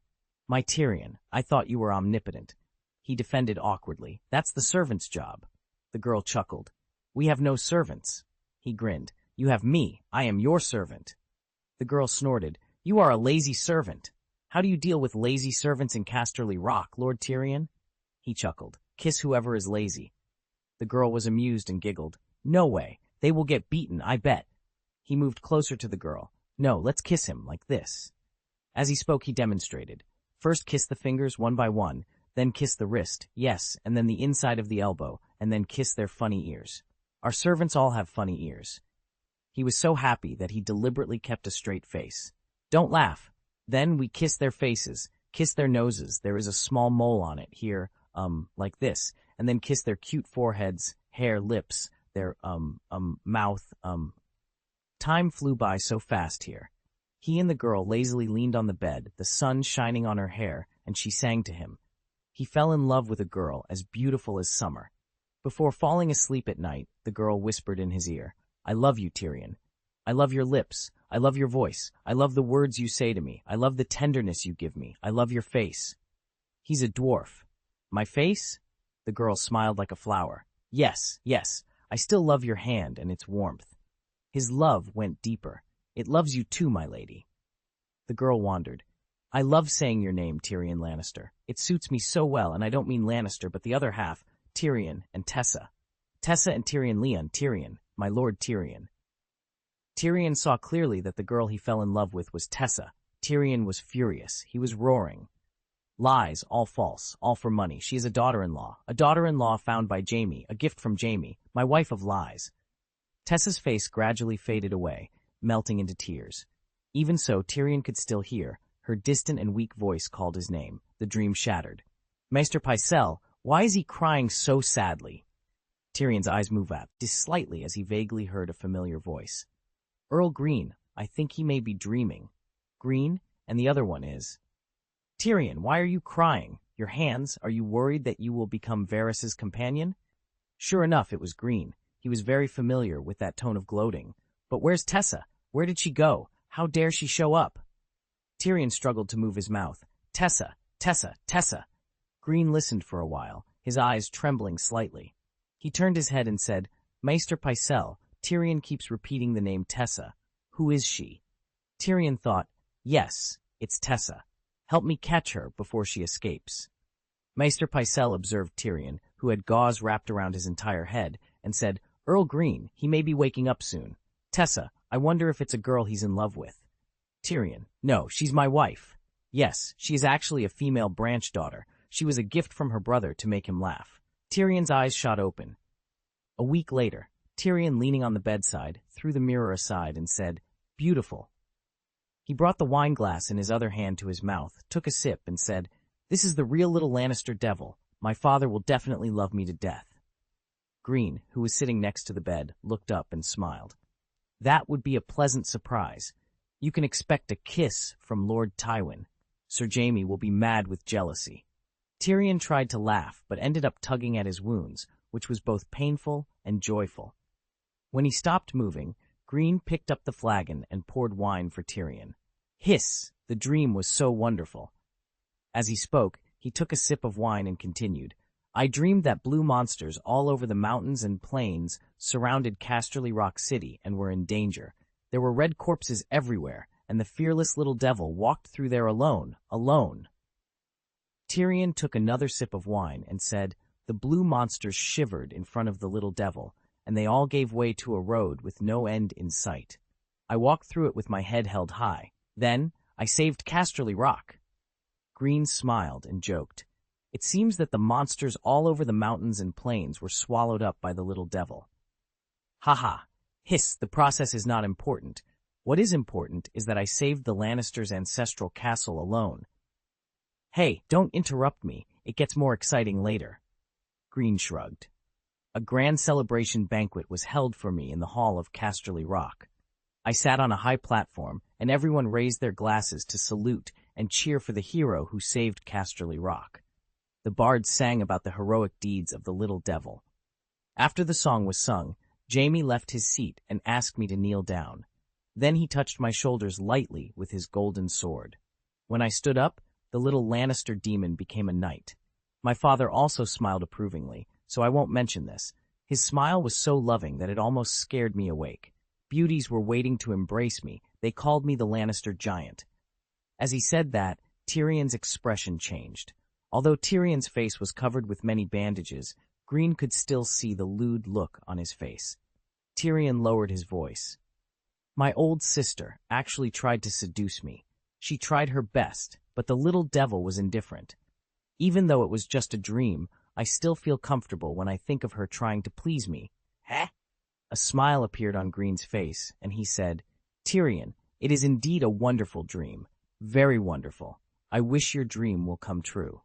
Chapter 152, Black News 4. Haha, hiss. I really can't bear to wake up. It's rare that our family loves each other. Tyrion's tone was dripping with sarcasm. It doesn't have to be in a dream. Just exclude me. My father loves my brother, and my brother loves my sister. No wonder my father and sister don't like me. It turns out that my existence hinders the family's harmony. After a pause, he smiled again. It's such a pity that the Lannister Giant didn't die. Greene said angrily, Mr. Giant, remember to bring a guard with you when you go out in the future. Tyrion chuckled. When I can get out of bed, I will personally select a few people. I cherish my life, and I don't dare to gamble on luck anymore. Greene smiled, picked up the flagon, and poured wine for Tyrion. Tyrion raised his glass, took a sip, and after a moment of silence, said solemnly, Greene, thank you. I owe you my life. Greene's eyes trembled slightly, and his delicate face showed some doubt. I think you should be grateful to the old Maester. My sister is so lucky, Tyrion murmured, then said, Mr. Earl, my brother has a sword, but I have a big head. Damn Maester Pycelle kept feeding me poppy milk until I heard your voice, and I couldn't wake up. Greene looked at Tyrion and sighed softly. Tyrion, I underestimated your wisdom. I'm sorry. Sometimes the truth is cruel, and you still need to recover. Now is not a good time to tell you the truth. Tyrion grinned. I thought you would cover for Cersei. Greene shrugged. If you hide this kind of thing, unprepared people will lose their lives sooner or later. Tyrion, we are friends, and I don't want to see you being taken care of by the Silent Sisters. Hiss. Ha ha. Tyrion grinned for a while and said, You can help me keep an eye on it when the time comes. I don't want to. Forget it, that's my glory. He then showed a lewd look again. Greene. After chatting for a while, Tyrion suddenly said, Greene, aren't you worried about the lioness's roar? If Cersei knows that someone is hindering her good deeds, she will definitely not let you go easily. Greene spread his hands. Tyrion, do you think I have any other options? I could also find Sir Jaime, but unfortunately, the Warden of the East was not in King's Landing at the time. Tyrion smiled as if he was very happy. What a pity. After laughing, he said seriously, What should I do? I think you must have figured out how to deal with it. Greene tapped his chin and said slowly, It is common for doctors to be injured by unconscious and seriously injured people during treatment. The little devil in the coma is still alert and seems to have noticed something is wrong. He suddenly woke up and struggled violently, causing the old Maester to lose a finger. As a result, there was too much movement and he had to stop his action. Haha, you are really my good sister. Tyrion sighed with emotion at first, then moved his eyes slightly and said, Pycelle lost a finger? Greene looked at Tyrion. Gods bless you. Tyrion grinned. Then I really have to thank the gods for his old man. He lowered his head and thought for a while, then said, Won't Pycelle tell the truth? Greene shook his head slightly. Tyrion, you are a Lannister. Pycelle is more afraid that someone will reveal this matter to the old lion in the west. You should know better than me what debt must be repaid. Moreover, our queen has never issued a direct order from beginning to end. It can also be said that Pycelle is smart. Therefore, he will try his best to persuade Queen Cersei. Tyrion's eyes trembled. He took a sip of wine and said, For your own good, his own good, and everyone's good, it seems that I have to forget this matter. With a sneer, he continued, The impression is so profound. My head is big, but I still have to be a well-behaved younger brother like before. It's really embarrassing. Greene leaned on the back of his chair and said, A very smart choice, unless Lord Tywin is on your side. My father? I would rather believe. Tyrion's voice was sing, but Greene could sense the suppressed anger beneath it. The atmosphere in the room grew tense. After a moment, Greene smiled and said, Tyrion, you truly are a lion. Tyrion looked at Greene suspiciously. Greene spread his hands, a hint of disgust on his face. When I arrived, you were still unconscious, but not long after, you kept murmuring the name of a certain beauty. I had to sigh at that moment. Even an injured lion doesn't forget his preferences. Tyrion frowned, trying to recall. I thought bringing that beauty here might help you recover. So, I asked Maester Pycelle for his opinion, but he told me that given your injuries, even the presence of a beauty wouldn't help. The lion can only roar. Tyrion grinned. Why do I feel like you have no good intentions? Do you really want to see that scene? Greene's lips curled into a slight smile. Tyrion, this is a rare opportunity. I even ordered my men to bring her to encourage you to recover faster. Unfortunately, they searched everywhere in the past few days, even in the smallest villages, but couldn't find the beauty named Tessa. Tyrion's smile froze as he remembered the dream of seeing Tessa. Greene noticed Tyrion's uneasy expression and said, Tyrion, you're already awake. Don't ask me to run errands for you. Besides, you need to continue recovering from your injuries. Now is not the time to show off the majesty of a lion. Tessa, that dream was too vivid, and memories he had buried deeply but didn't want to recall surfaced one after another. He remembered his first time with Tessa, how she was as inexperienced as he was. They kept bumping noses, and when they finally touched, he remembered her trembling. Tyrion's expression turned bitter. Greene, there's no need to look for her, and I won't either. She was my former wife. Greene was surprised. Wife? You were married? Tyrion nodded slightly. Yes, I remember that wedding. The officiant was a drunken monk, and the witnesses were a bunch of pigs. My wife and I used our witnesses to hold the wedding banquet. Tessa fed me bones, and I licked the grease from her hands. After eating and drinking, we rolled onto the bed laughing. Greene frowned slightly. It sounds wonderful, but your expression tells me it wasn't. Tyrion's voice was sarcastic. It was a wonderful time. Oh, my wife, Lady Tessa. Greene poured wine into Tyrion's glass. Did something happen? I've never heard you mention her. Tyrion drank more than half of the wine in one gulp and said thoughtfully, My Lady Tessa came from the Silverface family. Their coat of arms is 101 coins on a blood-stained bedsheet, 100 silver coins and 1 gold coin. Our marriage was very short. For a dwarf, this is probably retribution. Greene murmured, The Silverface family. He thought for a moment. A handful of silver coins? Tyrion, that's a very strange family name. Tyrion said angrily, Earl Greene, for the first time, I hate a smart person. Red Keep, Throne Room. The Iron Throne is a chair made of steel, full of ferocious spikes and twisted metal. It is large and ancient. It is said that Aegon the Conqueror asked Balerion, the Black Dread, to use his flames to melt thousands of swords discarded by the enemy when they surrendered. It was forged into a throne, taking a total of 59 days to hammer and shape it. The final product is what it is today. The edge of the seat is as sharp as a razor, with barbs and tangled, hunchbacked black monsters everywhere. Lord Eddard Stark sat on the high iron throne. He wore a white linen coat with the direwolf emblem of the Stark family embroidered on the chest. His black wool cloak was fastened with the silver hand emblem. The throne interjected, Horses used for war are indeed different from those used for farming.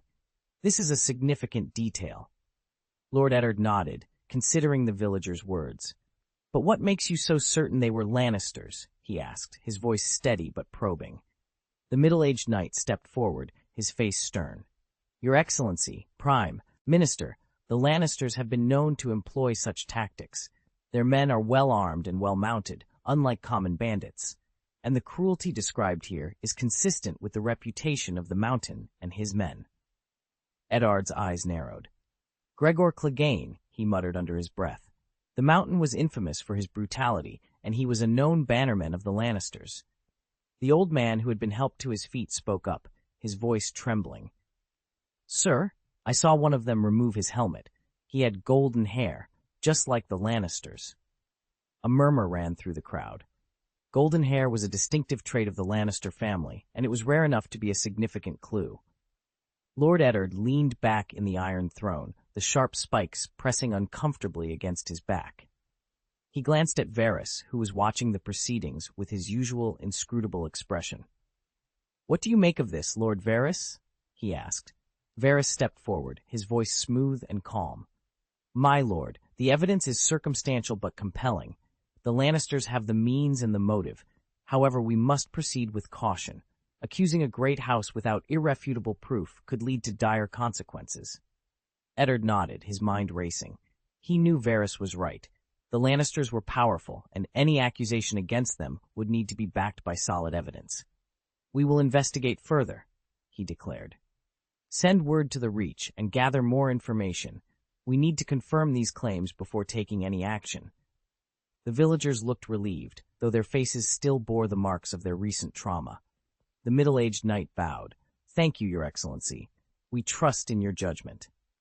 As the villagers were led out of the throne room, Eddard turned to Varys. Keep an eye on the Lannisters. I want to know their every move. Varys bowed slightly. As you wish, my lord. Eddard sighed, feeling the weight of the Iron Throne pressing down on him. Robert's absence had left him with a heavy burden, and the realm was filled with dangers and intrigue. He could only hope that he would be able to navigate these treacherous waters and protect the people of the Seven Kingdoms. As the throne room emptied, Eddard remained seated, lost in thought. The Iron Throne was as uncomfortable as it was symbolic, a constant reminder of the harsh realities of power. He knew that the days ahead would be filled with challenges, but he was determined to face them head-on for the sake of his king and his people. The throne room was filled with tension as the villagers spoke, their voices trembling. Prime Minister Ed, those horses might have been stolen by bandits from somewhere else, one of them suggested. Duke Eddard Stark ignored Pycelle's comment and focused on the villagers. How many bandits are there in this group? He asked. A lot of them, one villager replied. There are fewer people in the villages, and they have many horses. About 50 people, another guessed. Hundreds, sir, someone else exclaimed. The villagers' voices overlapped in a cacophony of fear and confusion. The middle-aged knight raised his hand to quiet them before addressing Eddard. Your Majesty, Prime Minister, there are at least 100 of them, and each has a horse. You mentioned they didn't carry a flag, Eddard continued. But what about their armor? Did anyone notice any patterns, decorations, or family crests on their shields and helmets? The knight shook his head. Master Prime Minister, their armor seemed ordinary. However, he glanced around at the gathered crowd and then spoke louder. When they were burning and killing, I heard them shouting several times, "Revenge for the Mountain!" Only the old followers of Gregor Clegane would call him the Mountain. A murmur of whispers spread through the hall and the corridor outside. Master Pycelle's necklace clinked as he shifted uneasily. Mr. Knight, others might also know of this habit and could use it to mislead us, he said. Varys nodded in agreement. Yes, this could put our purse drawer, minister, in a difficult position. We need more direct evidence. Duke Mace Tyrell, who had been sitting quietly, stood up. The golden rose coat of arms on his chest gleamed brightly, drawing everyone's attention. The hall fell silent as he spoke, his face stern and his chest puffed out. Pycelle, Varys, your doubts are irrelevant. Duke Stark and I safeguard the rights and peace of the Reach in the name of the king. Whether the culprits are Lannisters or not, in the name of the Duke of Highgarden, I demand blood repayment and justice for the people of the Reach. Chapter 153, Black News. Eddard Stark, seated high on the Iron Throne, pondered deeply. Duke Tyrell, I will send someone to investigate and provide you with a satisfactory answer. Until then, I urge you to act with caution. Mace Tyrell remained silent, making a gesture. Soon, a group of men, women, and children in tattered clothes, covered in blood and looking terrified, walked in, followed by a young knight. Duke Stark, these villagers arrived in King's Landing last night. They come from 2 neighboring villages and are the only survivors. Duke Mace said slowly, his voice barely concealing his anger. Exclamations of shock filled the throne room. Varys exclaimed, "Oh, how terrible! How cruel!" Duke Mace continued, "Duke Stark, more people in the Riverlands will suffer if this continues. Is this the work of ordinary bandits? People in the Riverlands bleed every day. An eye for an eye, till death." The nobles of the Riverlands stood up, echoing Duke Mace's sentiments loudly. After a moment of silence, Eddard Stark looked at the group of villagers. He raised his hand to signal for quiet and asked, "Tell me, Are the robbers you encountered the same group of people? The middle-aged knight nodded and then spoke to the villagers. After a while, he replied loudly, "Your Grace, they were masked, well-equipped, and riding war horses." The young knight added angrily, "It must be the Lannisters. I followed them with a few men and saw them retreat into the hills of the Lannister family. They must be Duke Tywin's lackeys." Pycelle interjected stiffly, "I would like to remind this young knight that Lord Tywin Lannister is the father of our queen." The young knight blushed with anger, but Duke Mace's voice cut through the tension. "Pycelle, we are well aware that Tywin is the queen's father." Greene, another noble, spoke up. "Duke Mace, the gods can feel your sorrow, but remember, you are the leader of the Reach. Harassment on the border is a rare opportunity. Duke Runwolf's noble character is known throughout the Seven Kingdoms. If you can prove your reputation, Casterly Rock will be isolated and helpless. If things go well, the Golden Rose will become the foremost noble house of the Seven Kingdoms under your leadership," Greene added. Duke Mace stroked his beard thoughtfully and then stared at Grandmaster Pycelle. "The Golden Rose of the Reach is not afraid of the Golden Lion of the West." Pycelle glanced at Duke Mace, his lips moving silently. From his high vantage point, Eddard Stark noticed someone quietly slipping out of the hall. He thought to himself, "The rabbit just ran away." No, it should be said that it was a mouse greedy for Queen Lannister's cheese. Eddard had been investigating Jon's murder and was already planning how to deal with the traitors in the Red Keep. From his position, he could clearly see the actions below. Everyone was talking, but the matter at hand needed to be addressed. "Duke Mace, please give the order. I am willing to use all the troops in my territory. We will retaliate in kind and let the people of the West experience the power of the Reach. Yes, let the cowards of the West experience the power of the Reach. One Reach man can defeat 5 Westland cowards. Please, Duke Mace, silence!" Duke Mace commanded, and the nobles of the Reach quickly fell silent. He then turned his attention to Eddard Stark on the throne.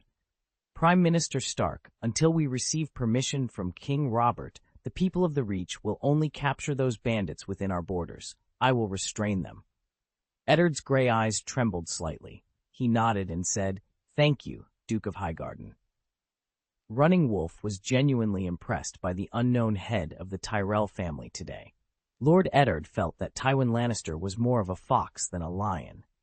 If Tywin had indeed sent his old Magic Mountain troops to kill and set fires, he would have specifically ordered them to disguise themselves as ordinary bandits, acting without flags and with caution. If the Reach counterattacked in the same manner, killing people in the Westerlands, Cersei and her father could insist that it was the Tyrells, not the Lannisters, who broke the peace. And who would Robert believe? Only the gods know. Eddard thought that the wise Duke of Metz had taken this into consideration, which is why he asked the victims to petition the Iron Throne for justice. Maester Pycelle stood up again. He caressed Duke Ed's chest and said, "Your Excellency, Prime Minister, if these villagers firmly believe that the masked bandits are the old members of the Magic Mountain, please let them see the Lord of the West and complain to him. The crimes they describe have nothing to do with the king, and they should ask Lord Tywin for justice." Duke Eddard replied coldly, "Pycelle, of course, these are related to the king. Regardless of east, west, north, or south, we all act in the name of Robert first." Pycelle's turbid eyes moved, and he said, "It has something to do with the king. This makes sense, so we should wait until the king comes back." Lord Eddard interrupted. "The king is hunting at the moment. Waiting will only make things worse. Robert wants me to handle the affairs of the kingdom on his behalf as hand, listen with his ears, and use his voice. I shall do my duty." After a pause, he added, "But I agree to report today's events to him, Sir Robert." Sir Robert Royce took a step forward, held his chest, and saluted. "Your Majesty, Prime Minister, what are your orders?" Lord Eddard said, "Your father, Bronze Jon, is out hunting with King Robert. Can you please go there and inform them of today's events?" Sir Robert accepted the order happily. "I accept your order, Prime Minister. I will set off today." After Sir Robert retreated, the young knights from the Reach stepped forward and saluted. "Prime Minister, can we directly seek revenge on the old tribe of the Magic Mountain?" "Revenge?" Duke Ed shook his head and continued, I thought we were talking about upholding justice. Setting fire and killing people in the West will not restore peace in the kingdom, but can only make up for your damaged self-esteem a little. Before the angry young knight had time to refute, Duke Ed turned his attention to the group of villagers. Villagers of the Reach, I cannot return your homes and crops, let alone resurrect the dead, but perhaps I can give you some overdue justice in the name of our king. Since he is masked and even hides his identity to commit the crime, there must be a dirty purpose behind it, Duke Eddard said as he slowly stood up from the throne. Every eye in the hall was on Lord Eddard, waiting. Lord Beric Dondarrion, Sir Gladden Wilder. Earl Beric and Sir Gladden, whose names were called, strode out, stood in front, and looked at Duke Ed. Please lead 50 cavalry to investigate the incident in the River Bend. I will also send 20 of Stark's guards to accompany you. Count Beric, this mission is under your command. You have to capture the bandits together with the vassals of the Duke of Metz. Remember, help me figure out the identities of those people. The blonde and red-haired Lord Beric caressed his chest and said, Prime Minister Ed, I will obey your orders.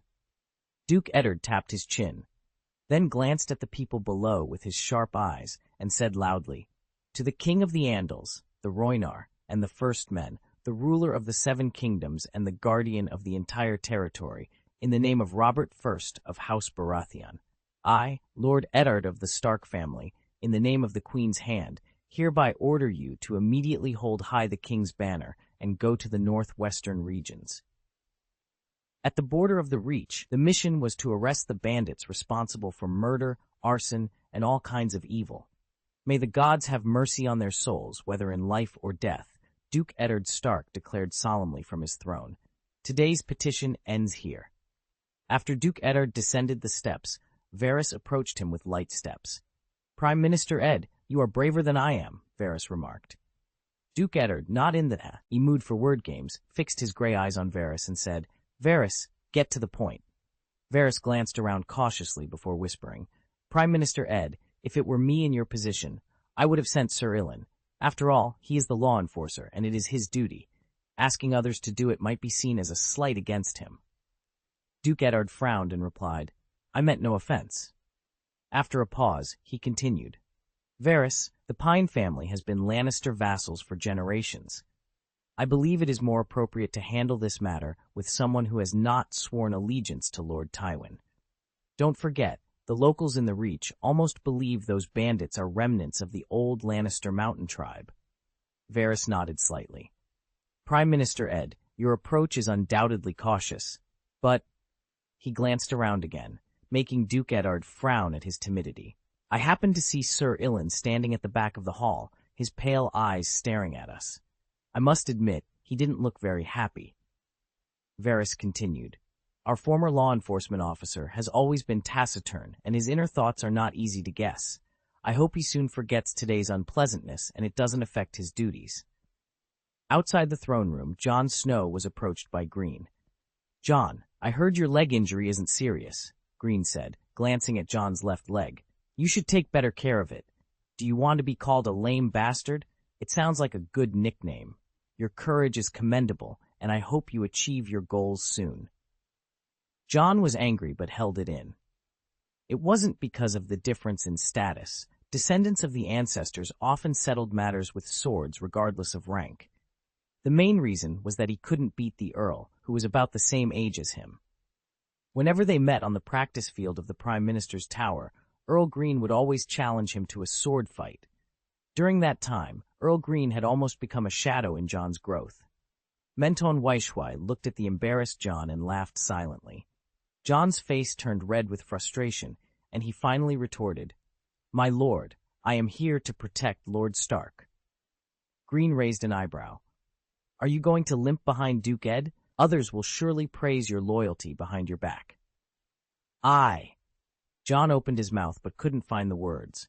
By this time, he understood the kindness in Greene's words, but he was still very angry. Earl Greene, a soft and melodious voice called from the other side. Greene turned and saluted. Good day, Miss Margaery. Although Margaery Tyrell wore a sweet smile, her haggard face was evident. She wore a light gray round-neck dress and no other jewelry except for a golden rose emblem. Margaery's beautiful eyes swept across Jon and Monton, her smile unwavering as she nodded slightly. Jon glanced at her, then lowered his eyes and held his chest in greeting. Monton scratched his head and smiled innocently. "Can you walk with me?" Margaery asked. Greene turned sideways and gestured forward. "It would be an honor, Miss Margaery." During their walk, Margaery remained quiet, and Greene could easily sense her sadness. He took the initiative to speak. "There is an old clan soldier in my territory. He is now responsible for teaching some soldiers sword skills. He is considered one of Kleb's best instructors." Margaery looked over with tear-filled eyes, showing just the right amount of confusion. Greene continued, "Before I was born, he lost his right arm in a battle, but with his remaining left arm, he still fought for the Kleb family for more than 10 years. After reclaiming the old territory, I appointed this 50-year-old veteran as the new recruit's instructor." Margaery paused. "Earl Greene, what do you mean?" Greene nodded slightly. "He is responsible for teaching the sword skills to all the left-handed soldiers in Kleb's territory. Please believe me, he has experienced hundreds of battles, and his sword skills are exceptional." A smile appeared on his face. "Miss Margaery, if you are willing, when the time is right, and arrange for him to meet Sir Garland." Margaery and Greene looked at each other for a moment before she lowered her eyes slightly and started walking again. After a moment of silence, she whispered, "Thank you, Earl Greene." She added, "After the injury, Brother Garland was in very bad condition. I have never seen him so depressed. Every time I see him, my heart breaks. My brother has always been the pride of the whole family, and everyone calls him Brave Garland." Greene comforted her. "A warrior is fearless. Give him some time. I believe we will see the courageous Sir Garland again soon." Margaery nodded slightly, looked at Greene, and smiled. "Earl Greene, you are always very thoughtful. Thank you again for your help. I also believe that my brother will be able to hold the sword and fight again soon." Chapter 154, Black News. Greene Kleb smiled and nodded. Margaery Tyrell, who was usually so eloquent, closed her rose-colored lips and walked slowly, saying nothing. Greene accompanied her in silence, contemplating whether he should comfort her or if she needed the quiet companionship more. He knew that alliances required mutual comfort and trust to ensure cooperation. Most noble ladies in Westeros found reassurance in a knight devoted to them. This gave Greene a slight headache, but it didn't trouble him too much. Greene's eyes closed and opened, filled with distress and worry, but also with restrained admiration. Margaery noticed Greene's occasional glances, and the corners of her lips curved slightly. She turned her little face towards him, and their eyes met. She saw the usually composed Greene momentarily stunned, before he quickly suppressed his emotions and looked away. Margaery read the emotions in Greene's eyes and saw him cough unnaturally, which made her chuckle. Thanks to Greene's presence, Margaery's steps became lighter. "Earl Greene, can you tell me what happened in the Red Keep?" she asked, glancing around with her big eyes. "Sometimes I'm curious about what's going on here. I think it's at least different from the places I'm familiar with." Greene's eyes moved slightly as he replied, "It is my honor, Miss Margaery." Greene had long known that the daughters of dukes were very busy and would not approach a count from a small family without important matters. Margaery's conversation started well. The familiar environment made her sad, and she wanted to hear about things in a relatively unfamiliar place to temporarily forget her pain. The biggest hot topic in the Red Keep recently was that Duke Eddard had suddenly imprisoned the royal finance minister in a dark cell. Apart from Duke Eddard himself, only Greene and Varys knew the specific details. Of course, it was impossible for others to know that Greene was involved in the matter. Margaery knew of the special relationship between Kleb and Stark and had heard that Duke Eddard trusted Earl Greene very much, making him a frequent visitor to the Prime Minister's tower. Therefore, she judged that Greene must have a lot of information or knew the specific reasons behind the events. The new Prime Minister, acting as regent, had directly ordered an important minister to be imprisoned without explanation, leading to all kinds of rumors. Greene shared a few embarrassing incidents from the Red Keep, and Margaery's smile gradually grew. Feeling in a better mood, Margaery took the initiative and said, "Earl Greene, I heard, are Duke Stark and Earl Baelish really rivals in love?" She looked a little embarrassed, but her beautiful eyes couldn't hide her curiosity. Understanding that girls like to gossip, the considerate Lord Greene intended to satisfy Margaery's curiosity. By doing so, he could also let the world know more about the unsavory secrets of the ruling family in the valley, step by step. Greene's expression was hesitant. Margaery's eyes trembled slightly as she said softly, "Earl Greene, what's wrong?" There was concern in her voice. Greene shook his head slightly and said, "Miss Margaery, that's not the truth. In fact," he sighed and continued, "Duke Ned is also." Margaery found herself in a dilemma. After all, Lady Lysa was the sister of the Lady of Winterfell. The perceptive Margaery seemed to realize something, her pupils shrinking and her eyes widening unconsciously. Greene, noticing her reaction, explained, "Miss Margaery, we are allies, and I don't want to see you misled by incorrect information." After a moment of silence, he continued, "As an ally, I am being honest with you, but I hope you can keep this secret." As they walked, Greene recounted everything from the first encounter between Petyr Baelish and Lysa Tully. Finally, he lowered his voice slightly. "This matter will not end simply. I believe many people will come forward to question little Robert's bloodline, putting Duke Ned in a difficult position." In the Prime Minister's tower, Syrio 4, looked at Arya Stark, who was sitting on the steps, and said, "Girl, rest. Do you know why Syrio 4L became the chief swordsman of the Sea King of Braavos?" Arya wiped the sweat off her face and replied casually, "Because your sword skills are the most powerful." Syrio tapped his chin thoughtfully. "That's true, but why me? There are many who are stronger, faster, and younger than me. Why is Syrio 4L the most powerful? Let me tell you." He touched his eyelashes lightly with his fingertips and continued, "The trick is to gain insight into the truth of things." Arya made a face. "Isn't insight just about seeing with your eyes?" "Syrio, I've been staring at you every second." "Girl, watching does not mean insight. Wherever the sea breeze blows, the ships of Braavos sail. They have been to many strange places, and every time they return, the captain brings back animals from faraway lands to Neptune's zoo. There were all kinds of exotic animals you'd never seen before, like striped horses, creatures with long, spotted necks, furry rat pigs as big as cows, manticores that sting, tigers that carry their cubs in pouches, and terrifying lizards with scythe-like claws," Syrio grinned. "I've seen all of these things." Arya's eyes lit up, listening intently. "On the day I was appointed, the former chief swordsman had just passed away.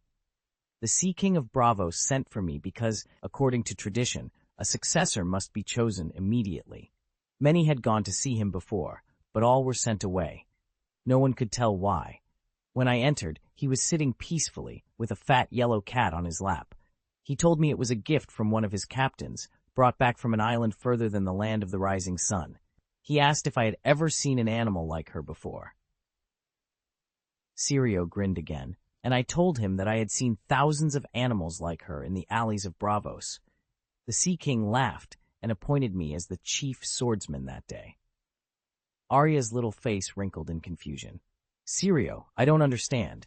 Syrio spread his hands. "It was just an ordinary cat. Others expected to see rare birds and exotic animals, so that's what they saw.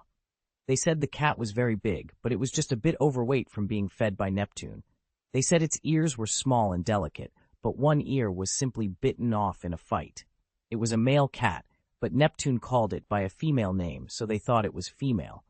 Do you understand, curious girl?" Arya thought carefully. Then her eyes lit up. "Syrio, you saw the truth of the matter." Syrio touched Arya's head gently. "That's right. The most important thing is to keep your eyes open. The heart can lie, and the mind can fool us. Only the eyes are sharp. Use your eyes to see, your ears to hear, your mouth to taste, your nose to smell, your skin to feel, and finally your head to think. That way you can see the truth." Arya nodded, understanding. Syrio picked up the wooden sword and twirled it skillfully, a smile playing on his lips. "That's it. I'm thinking that in 3 months at most, you can switch to an iron sword of your own to practice with. Smart girl." Arya cheered. "Great. I can't wait." The sound of footsteps echoed, and Duke Eddard's tall figure appeared at the door. "Arya, it's time for dinner." Syrio nodded slightly in Duke Eddard's direction. Arya, brimming with excitement, exclaimed, "Father, I will be able to use an iron sword soon." Duke Eddard's serious face softened into a smile. "Congratulations, but it's time for us to go to dinner. Sansa is still waiting for us." At the dinner table, Sansa Stark glanced at her father quietly before turning to Arya. "Arya, why can't you be more ladylike? You've been dirty all day, and today someone even asked if you were my brother." She raised her chin proudly, recalling how Arya had stepped on her favorite deerskin slippers a few days ago. This was her chance for revenge.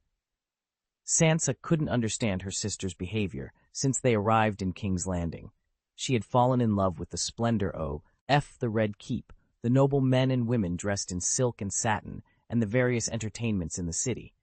The jousting had been the most magical experience of her life, and she eagerly anticipated the harvest feast, the masquerade, and the mime show. Arya, however, showed no interest in these wonders, preferring to look like a little beggar all day long. Sansa even doubted whether Arya was her biological sister. Arya retorted angrily, "Sansa, you're complaining again. You're so annoying." Sansa felt triumphant, finally getting her revenge. She snorted softly and said in a relaxed tone, "My sister, I'm just trying to help you." Duke Eddard glanced at his younger daughter and then looked away. Arya wasn't too dirty, and her dedication to swordsmanship showed she was a diligent child. Sansa, seeing no reaction from her father, became anxious. She called softly, "Father." Duke Eddard, with a serious expression, looked at his eldest daughter. "Sansa, what's wrong? Is the food unpalatable?" Sansa replied obediently, "My sister never listens to me. I need your help to take care of her. She soils herself all day long, and I'm worried someone will say something unpleasant to hurt her." Seeing her father nod, she added, "And the noble Stark family shouldn't be talked about for such things." Duke Eddard frowned slightly. The Stark family wasn't about nobility. It was about the responsibility and obligation to protect the North, a tradition upheld for thousands of years. He suddenly felt he shouldn't have brought his children to King's Landing. His little wolf was being corroded by the hypocrisy here. Arya pouted, "Noble sister, winter is coming, and the Stark family needs to practice swordsmanship." Hearing Arya's words, Duke Eddard's brows relaxed, and the corners of his mouth curled up. "Arya, remember to take a bath after practicing and change into clean clothes." Sansa's eyes widened in disbelief. Was her father really letting Arya off so easily? She felt aggrieved. Her father loved Arya the most and never reprimanded her. She missed her mother. Sansa's eyes turned red, and she said angrily, "Arya, you only know how to flatter father." Arya deliberately stuck out her tongue. "You're a follower. You only follow Joffrey around all day." Sansa's eyes welled up with tears. "I'm not a follower. Joffrey loves me, and we are in love." Duke Eddard frowned. "Sansa, you are still young." He had met Joffrey several times. Although Joffrey was Robert's child, and he didn't want to be prejudiced, he really didn't like the blonde boy. Duke Eddard said in a firm tone, "Sansa, you need to be careful with your feelings. You are still too young to understand love." In a gentle tone, Duke Eddard said, "I don't think Joffrey is worthy of you. When you grow up, I will help you find a noble who truly deserves you. He will be brave, gentle, and strong. You will have a happy life in your new family." Tears welled up in Sansa's eyes as she spoke bravely. "Father, please don't do this. I love Joffrey, truly, just like Queen Nerys loved Prince Aemon the Dragon Knight, and as Jonquil loved Florian. Joffrey's mother also likes me very much. She even said she would take me hunting soon, and has blessed my union with Joffrey." Duke Eddard was taken aback. When had this happened? He looked at his daughter, her face streaked with tears, and felt a pang of distress. Softly, he tried to comfort her.